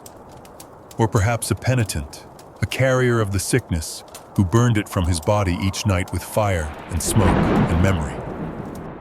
You're descending now cautiously into the recreated version of the room. Some of it has been preserved under glass, but the rest, not so much. The desk is original, still scorched along one edge. Inside the drawer left untouched by curators who decided ignorance was better than curiosity is a leather pouch. And inside the pouch, a mask. Not a full plague mask, but a miniature version, beak goggles, and all designed to fit over a small animal's face. Maybe a rat. Maybe something else. It was tested. No known craftsman's signature. The metal alloy in the goggles includes traces of antimony, copper, and lead, and something else. Something the lab couldn't identify. You return to the stairwell, looking back once, just once, at the candle shelf. 3 black stubs remain there unlit. But the wax looks fresh, the wicks unburned. You do not light them. Back in the cottage proper, there's almost nothing left. The roof is gone, the walls are barely upright, and yet on the far wall is a single chalk scrawl, I cured them. Underneath, but I brought her too. The same handwriting as the journal. You leave quietly. The grass near the cottage is yellowed, though it's rained here recently. Nothing grows close to the foundations anymore. And as you pass the broken gate, you notice something in the grass, a bottle, tiny, sealed. You pick it up gently. Inside is a black liquid, thick and opaque. Tied around the neck is a note. If you must breathe, do it far from here. You put it back where you found it. Some stories were never meant to be cured. You don't breathe too deeply as you leave the doctor's cottage behind, just in case. The air feels heavier now, like it's filtering through fabric. And ahead, the landscape changes again. You're in the old woods now, not the wild, knotty forest you passed earlier, but the kind that was tamed once. You can still see traces of the control-cut paths, half-buried paving stones, and the rise and fall of low walls marking what used to be something structured, something sacred. You're walking a pilgrimage path. That's what they used to call it. Now it's mostly forgotten. No signs, no trail markers, and no mention in modern maps. But the path remembers itself. You follow it, part instinct, part suggestion. The way the earth dips and rises just slightly. The way the moss refuses to grow where feet once passed. At first, the walk feels oddly peaceful, almost hypnotic. Like your body knows the rhythm, even if your mind doesn't. But soon you notice something strange. The trail shifts, ever so slightly. One moment you're following the old paving stones. The next, they're gone. You look back, nothing behind you. Look forward, there they are again, just ahead. But different, angled, off. You walk again, and again the path moves.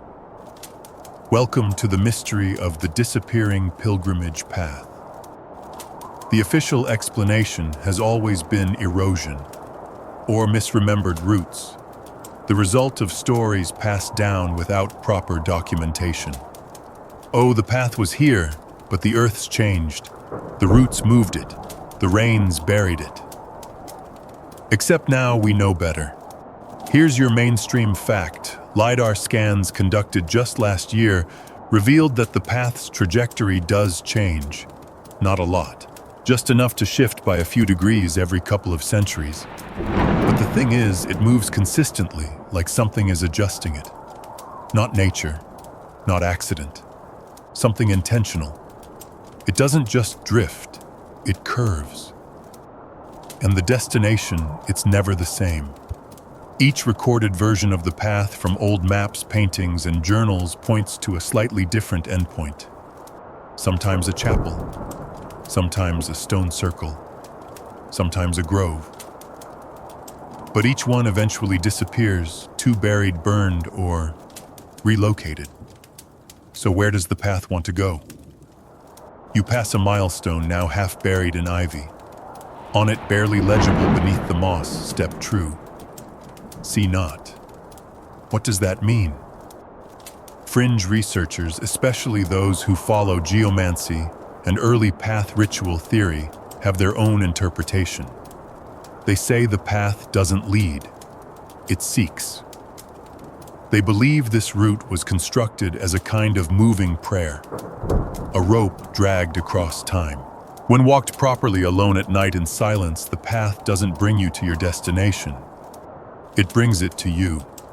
One story recorded in the margins of a 14th century hymnal tells of a monk who walked the path during the Lenten moon.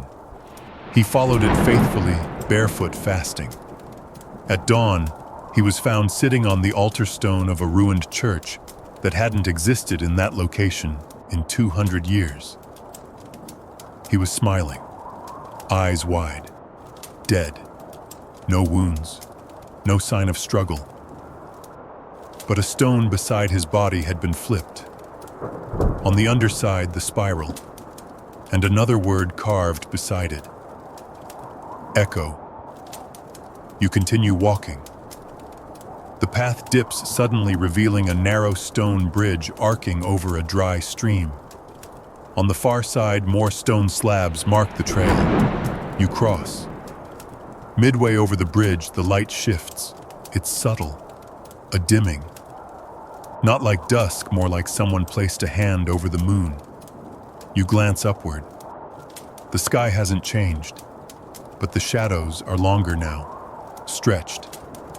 And there's sound, not from the forest, but beneath the bridge. Faint, repeating, almost rhythmic. Step, step. Pause. You don't look down.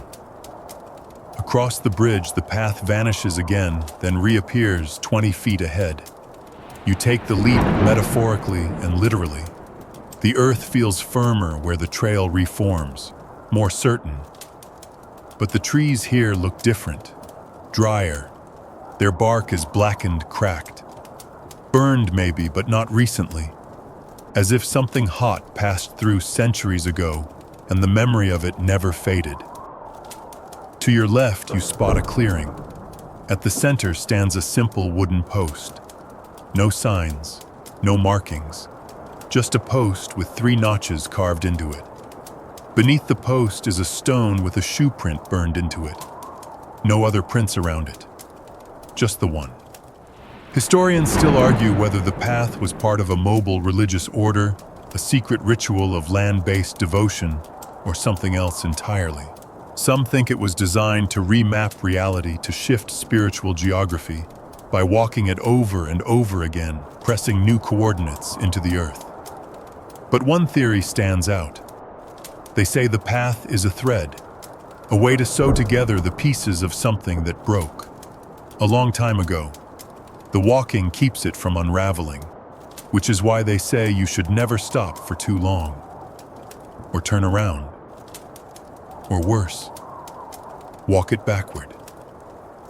The story of the pilgrim who did. He's still out there, somewhere, walking the wrong direction, forever. You keep moving. The air smells strange now. Not bad, just sharp. metallic. And when the path dips one last time into a hollow between two dead oaks, you see something carved into the earth, huge, spanning the entire hollow. A spiral, fractured. But walking across it doesn't feel wrong. It feels like a reset. And when you leave the other side, the stones realign. The moss is quiet. The path is whole again. For now. The air is cooler now, though no wind moves through the trees. You don't remember climbing, and yet you're higher than you were. The hills roll out behind you like waves turned to stone and ahead. A rise. One single lonely hill. Nothing on it but short grass and silence. At its crest, a stone tomb, half sunken, half exposed, like something once buried, clawed its way to the surface or was never meant to be hidden in the first place. This is where he's said to lie. The Fire King. The name is theatrical, sure, but the legend's been around for centuries, a monarch who was immune to flame. A man born with the sun in his lungs, as one poem puts it. He was either a miracle or a curse. The stories vary, but they all end the same. He died burning. You climb the hill now, slowly. Not because you're tired, but because the hill feels like it's watching you. The grass here doesn't wave in the wind. It leans toward the tomb, and there it is, a sarcophagus, cracked but mostly intact, covered in soot that no weather has ever washed away. It's made of black limestone veined with something that catches the light, not quartz, not mica, something warm-looking, like embers trapped in rock. You place your hand on the lid. It's warm. And you remember the recent discovery just 5 years ago. Researchers reopened the tomb, not for tourism, not for relic hunting, but because of a landslide that revealed the chamber beneath it. What they found, char. Not just bones, charred remains. Human. The skeleton was blackened, brittle, scorched through, but not collapsed. The rib cage still arched, the spine still coiled, the jaw open, teeth exposed like in a scream. But the body had not been laid to rest. It had been posed, arms at the side, palms up, laid out like a gift. And beneath it, ashes, piled high, ashes with bones in them. At least 4 other people had burned with him or for him. Here's your mainstream fact in early medieval funerary rites. Cremation was often reserved for nobility, but full-body pyres were usually external, burned first, bones gathered later. This wasn't that. This was an internal fire, lit from within. And deeper in the chamber, symbols again, not carved, branded, pressed into stone by heat. Spirals, yes, but also something new. A crown pierced through with a flame. Beneath it, words. He wore fire like skin. You circle the tomb now, noting the ground nearby has cracked in strange ways. Hexagonal fractures like cooled magma, except no volcano has ever existed in this region. And the soil here tests clean. No evidence of lava, no basalt, just heat. Radiant directional heat. Like a blast furnace opened from beneath, and on the tomb's far side, obscured beneath a tangle of thorns, lies a stone tablet, flat, shaped like a shield. On it, barely visible in the grime, are rows of text, written in 3 languages, Latin, Old Norse, and one unknown. But the words you can read say this: he did not ask to burn. He learned to love the light. We gave him to the fire. He gave it back in kind. Fringe historians go wild over this site. Some claim the Fire King was a myth wrapped around a real man who suffered from a rare genetic condition, erythropoietic protoporphyria. It causes severe photosensitivity. makes sunlight feel like burning. Hence the isolation, the legend. Others argue he was a priest, not a king. That crown was metaphorical, that he was a fire worshipper, maybe even a sacrifice. But then, there's the body, specifically the wound. On the sternum, cleanly cut through scorched bone, is a perfect circular hole, the size of a fist. No evidence of trauma around it. No fracture lines. Just absence, as though something inside was removed whole. One scholar called it a furnace plug. His words, not mine. And here's the part no one published. The surrounding chamber walls were covered in soot, except for one perfect circle. Head height, centered, as if a body had stood there, blocked the burn. But there's no sign of who or what it was. Only a single footprint in the ash, facing the tomb. Just one. You look down now, standing at the edge of the stone, and something catches your eye in the grass. A ring, plain, blackened, smooth. You don't pick it up, but you notice the inside is inscribed. Hard to see, but you lean in and the words are clear. To my love burn only for me. You step back, and behind you, the sky rumbles faintly. Clouds, maybe, but the wind smells faintly of smoke now, the air warmer, just a degree or two, but noticeable. You don't say anything, but you know this story isn't finished. Kings don't just lie still forever, especially not the ones made of fire. You descend the hill slowly. The grass seems reluctant to let you go, tugging lightly at your boots, and you keep checking over your shoulder. Not because you think the tomb is following you, but because you can't shake the sense that it could if it wanted. The path flattens again, leading toward a low stone wall and the soft curve of a field. You cross into it, expecting nothing, but almost immediately feel a change. The air thickens. Your ears ring faintly. It's subtle, like pressure shifting before a storm, or a sound just beyond the threshold of human hearing. And then you see it. The stone, set off center in a neglected churchyard. Not large, not imposing. Just a chunk of pale, grainy limestone, weathered smooth. But it stands alone.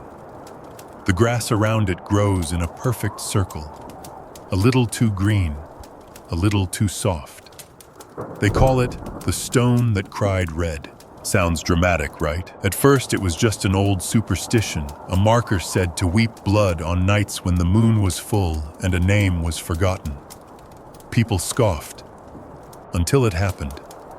In 1982, a couple restoring the overgrown chapel grounds found the stone freshly stained after a rainless night. Reddish streaks running down one side. Not thick, not obvious, but unsettlingly organic. They assumed vandalism scrubbed it clean. It came back, again and again. Tests followed. The substance wasn't blood, but it wasn't simple iron oxide either. It tested almost organic. Protein traces, cellular degradation, but no known animal match, no known plant either. Still they kept scrubbing. It kept returning. Here's your mainstream fact: ancient stones, particularly those made from certain limestones, can absorb and release trace minerals depending on temperature and humidity shifts. That's one possible explanation. But then came the carvings. Someone decided to X-ray the stone. Beneath the weathered surface, inside the body of the rock itself, were grooves, patterns that couldn't be seen with the naked eye. Spirals, of course, a mouth, and around the outer edge faint shapes like runes or names, and in the center a perfectly drilled hole running through the stone. Smooth, deliberate, not natural. You crouch in front of it now, The surface is dry. No streaks tonight. But there's a faint shimmer, almost oily, and something about the shape of the stone makes you uneasy. It leans forward slightly, as if listening. People used to say the stone cried when a sin went unspoken. Others said it bled when a promise was broken. But the strangest legend, it weeps when a body buried nearby no longer rests where it should. That's right. Disinterment. Except, this graveyard's been closed for centuries. No one's touched these stones in generations, at least officially. But 2 years ago, during an unrelated excavation nearby, a team uncovered a shallow grave, one that wasn't marked, mapped, or recorded. The coffin was there. Wood rotted, barely a box anymore. But it was empty, except for a single object, a glass vial. Inside it, red liquid. And floating in the liquid, a tooth. Human, adult, clean, and inscribed on a metal tag wrapped around the vial she remembers. Historians still argue whether the stone was a marker, a warning, or a vessel. One theory proposes it's a type of oracle, an ancient relic designed to communicate with the dead. Not through words, through reaction. Blood, in this case, being a very clear answer. Another theory is older, weirder. It says the stone isn't reacting, it's feeding. That the weeping is a byproduct. That every time a secret is kept too long, every time something is unearthed without permission, the stone bleeds and feeds and grows warmer. You press your palm to it now, and it's warm. Not in the sun-warmed rock kind of way. Deeper, like something beneath the surface is humming. You pull your hand away, and for just a second, there's a smudge on your palm. Reddish. Faint. You wipe it on your coat. The chapel nearby is ruined. Only 3 walls remain. The roof collapsed long ago. The altar's been reduced to rubble, but the floor tiles are still visible in places. Black and red, arranged in spirals. One corner of the chapel holds a cracked font, supposedly for holy water, but inside is a stone plug shaped to match the central stone outside. It fits perfectly. Someone brought it here, or tried to seal it here.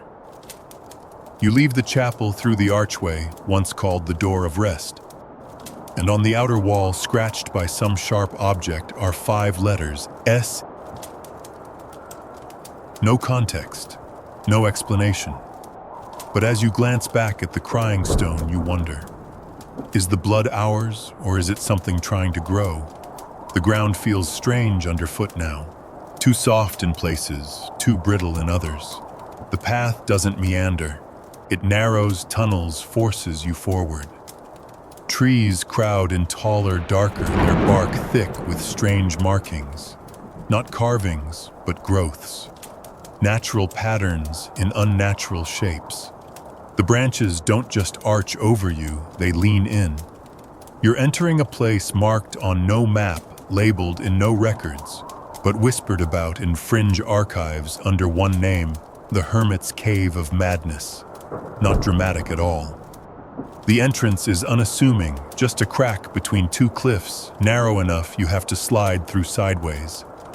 But the moment you're inside, it opens, just enough to stand to move.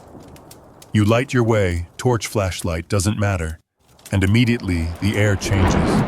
It smells of limestone, old paper, and something else, a faint sweetness like honey left to spoil. The walls are covered, not with moss or mineral deposits, with writing.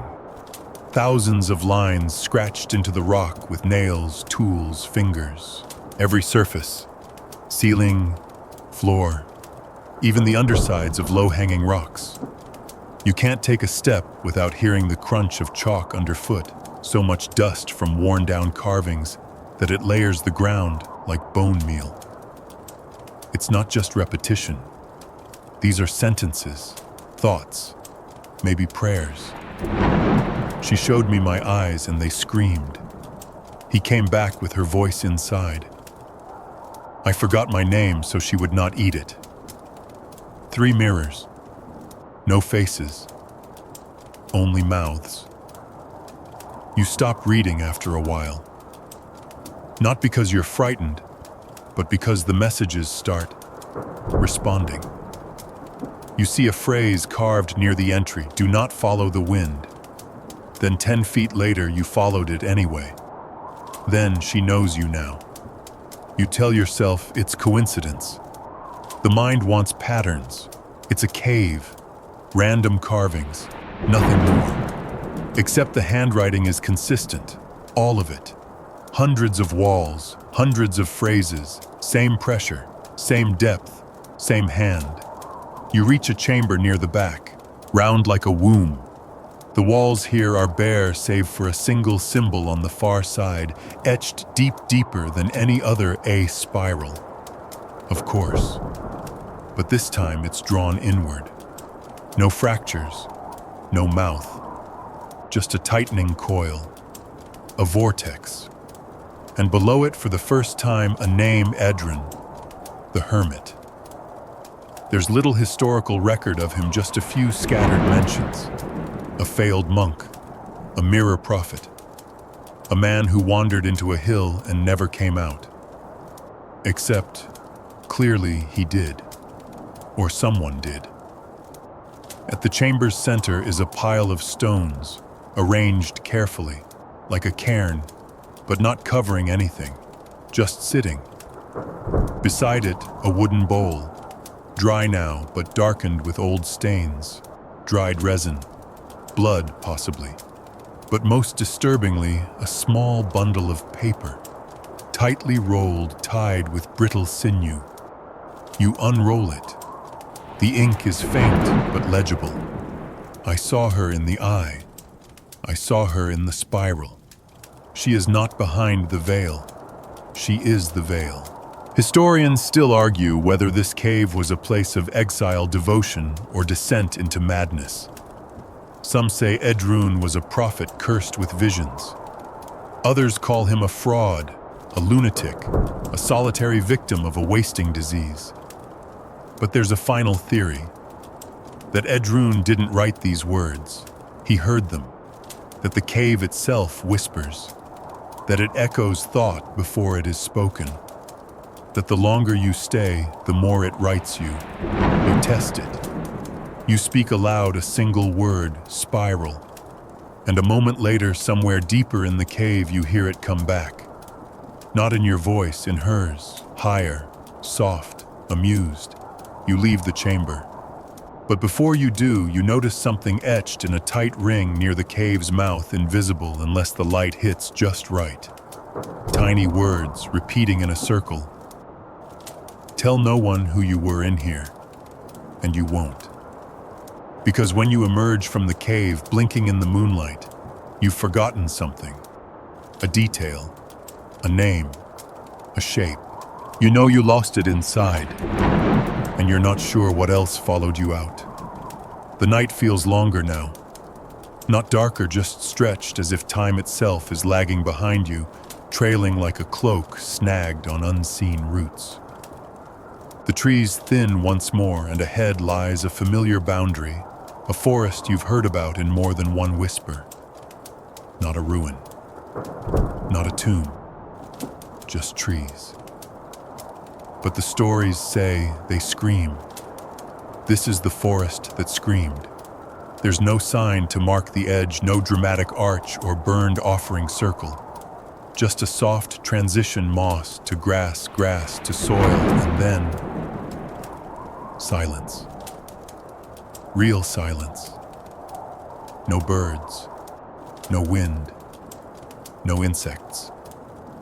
Even your footsteps feel too quiet, like the ground doesn't want to acknowledge you're walking across it. The path vanishes almost immediately, swallowed by fallen leaves and time. But it's easy to find your way, because the trees lean here, subtly, all in the same direction. They're pointing. You follow. It doesn't take long for the first sound to reach you. Not a scream exactly, not human, but close. A whine, a keen, a high-pitched flutter that makes your molars itch and the base of your skull buzz. It comes from all directions, then none, then again closer. Here's your mainstream fact: forests are capable of producing unexpected sounds due to wind harmonics, shifting bark, and even sap movement.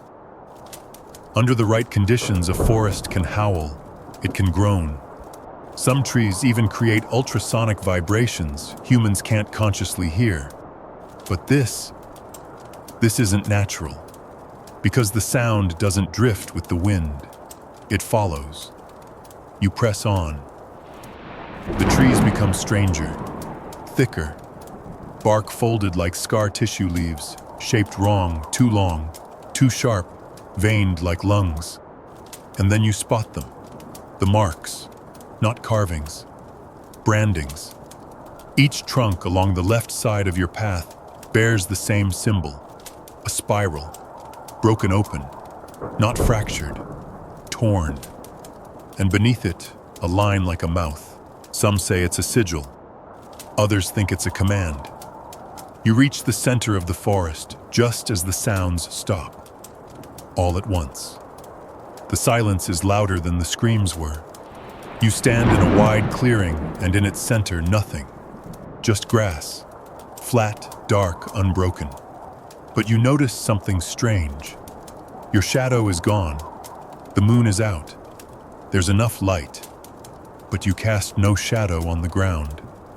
Neither does the grass. And now the buzzing returns, inside your head.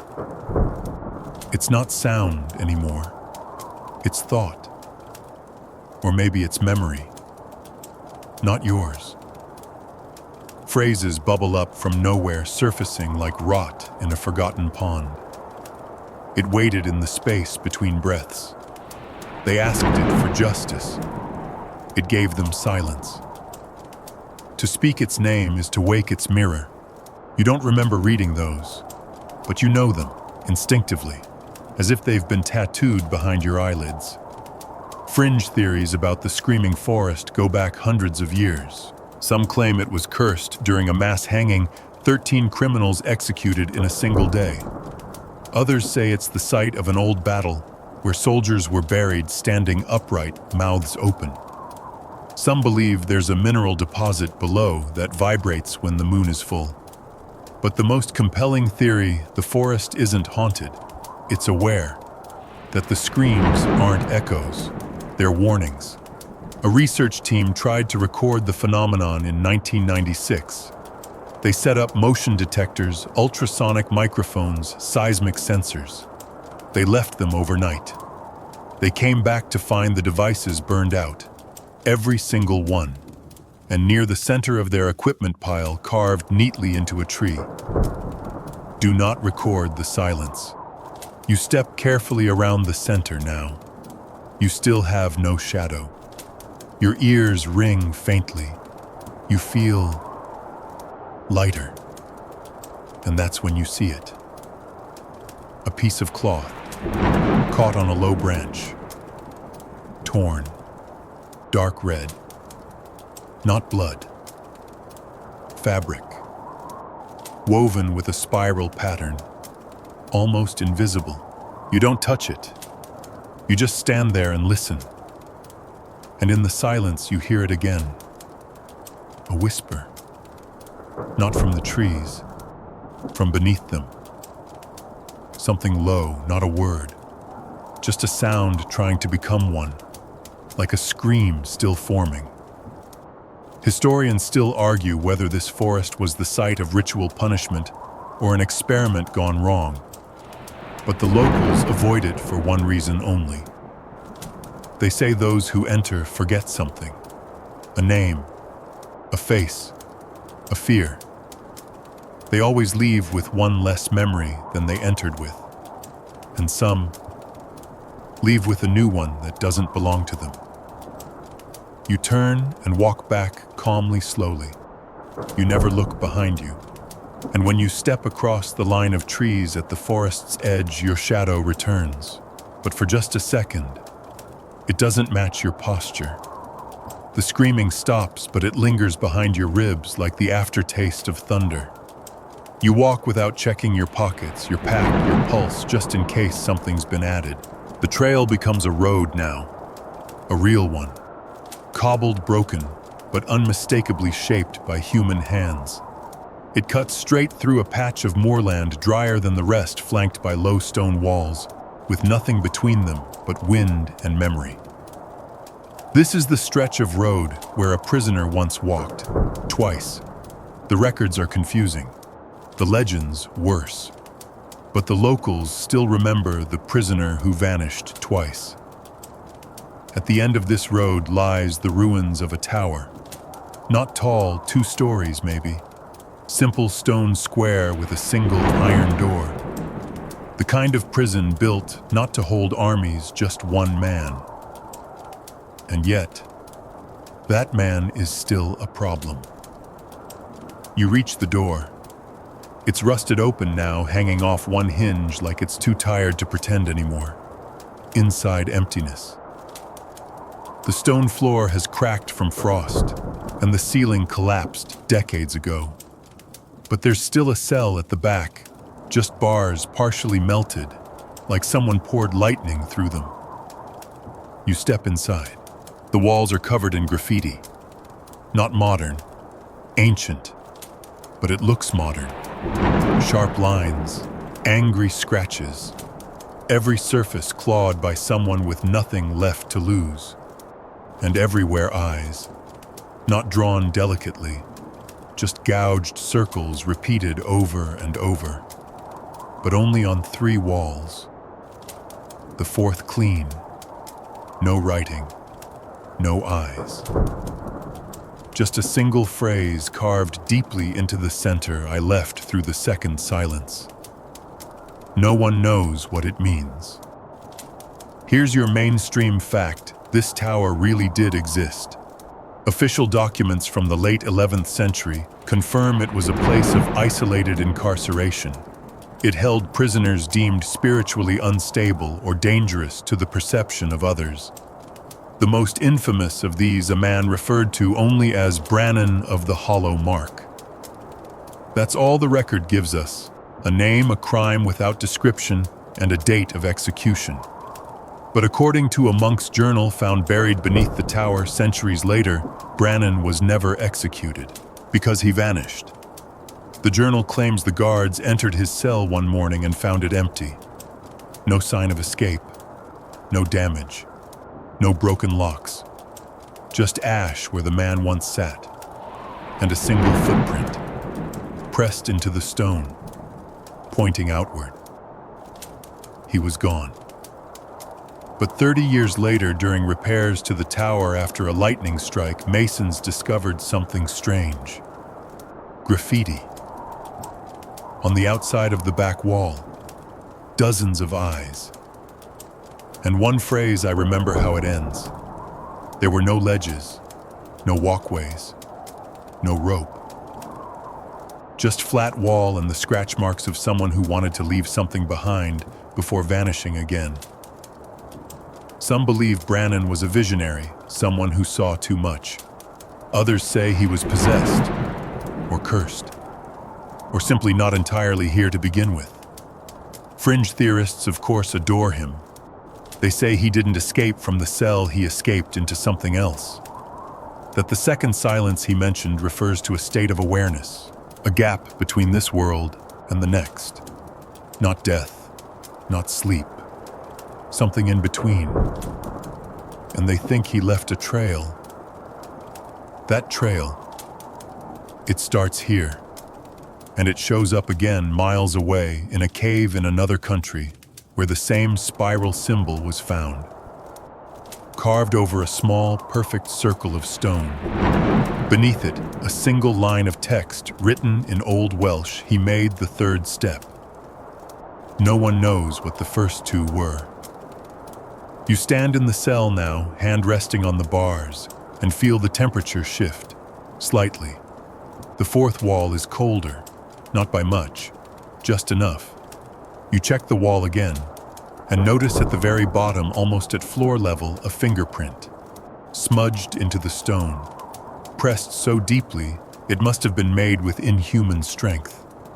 A swirl, not a spiral, just a swirl. Yours, no, not yet. You leave the cell, walking the path back toward the road, but the tower doesn't feel empty now. It feels like a memory waiting to unfold. And in your pocket, a stone. You didn't put it there. It's smooth, cold, black. No markings.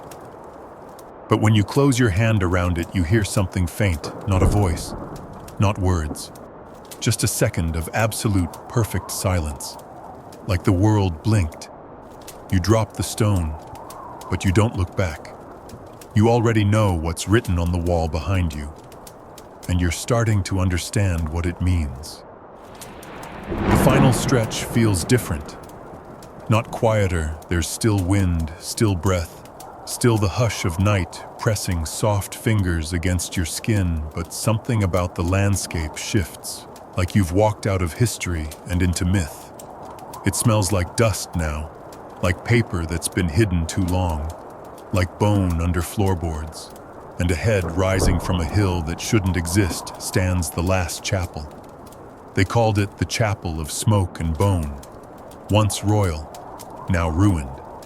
Built from pale stone veined with red, streaked in ash even when it hasn't burned in centuries. No roof, no doors, just shattered archways and a hole where the altar used to stand. This is where the story ends, or where it should. Because inside this chapel, legend says a king burned alive while wearing a crown of bone. And they say the flames didn't come from outside.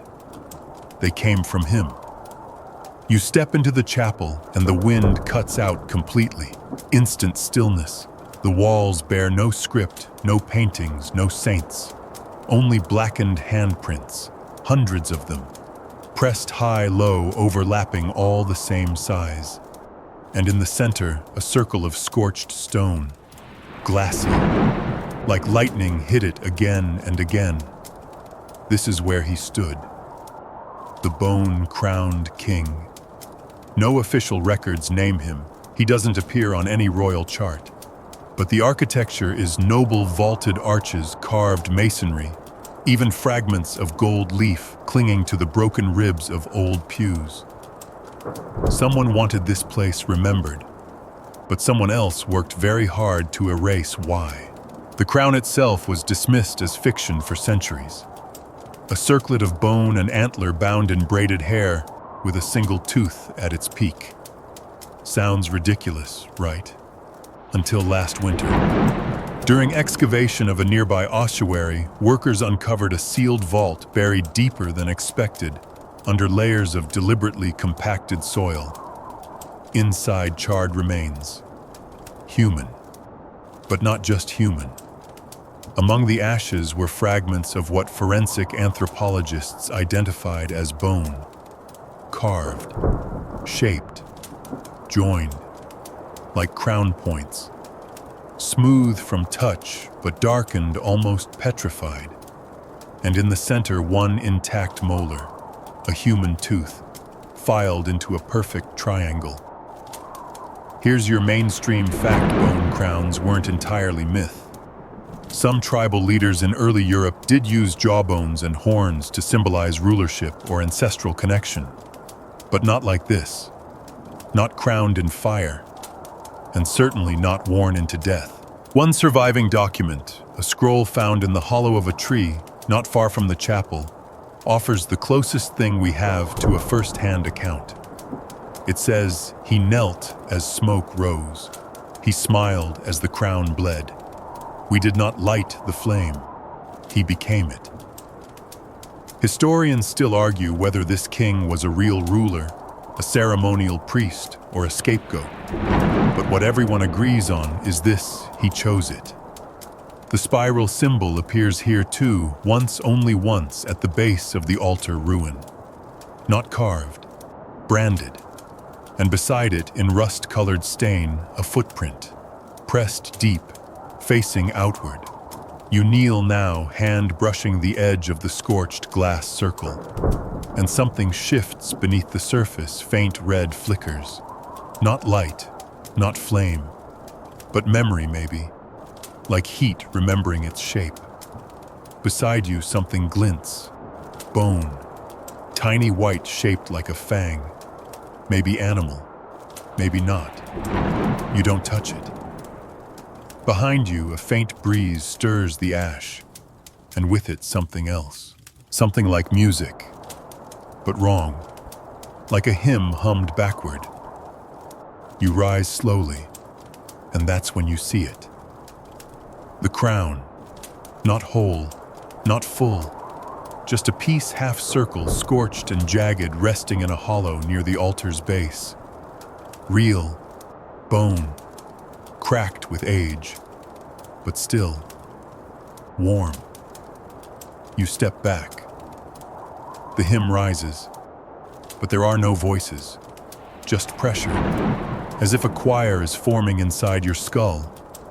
You walk toward the exit arch, and on your way out, you pass an inscription scratched into the stone in 3 languages.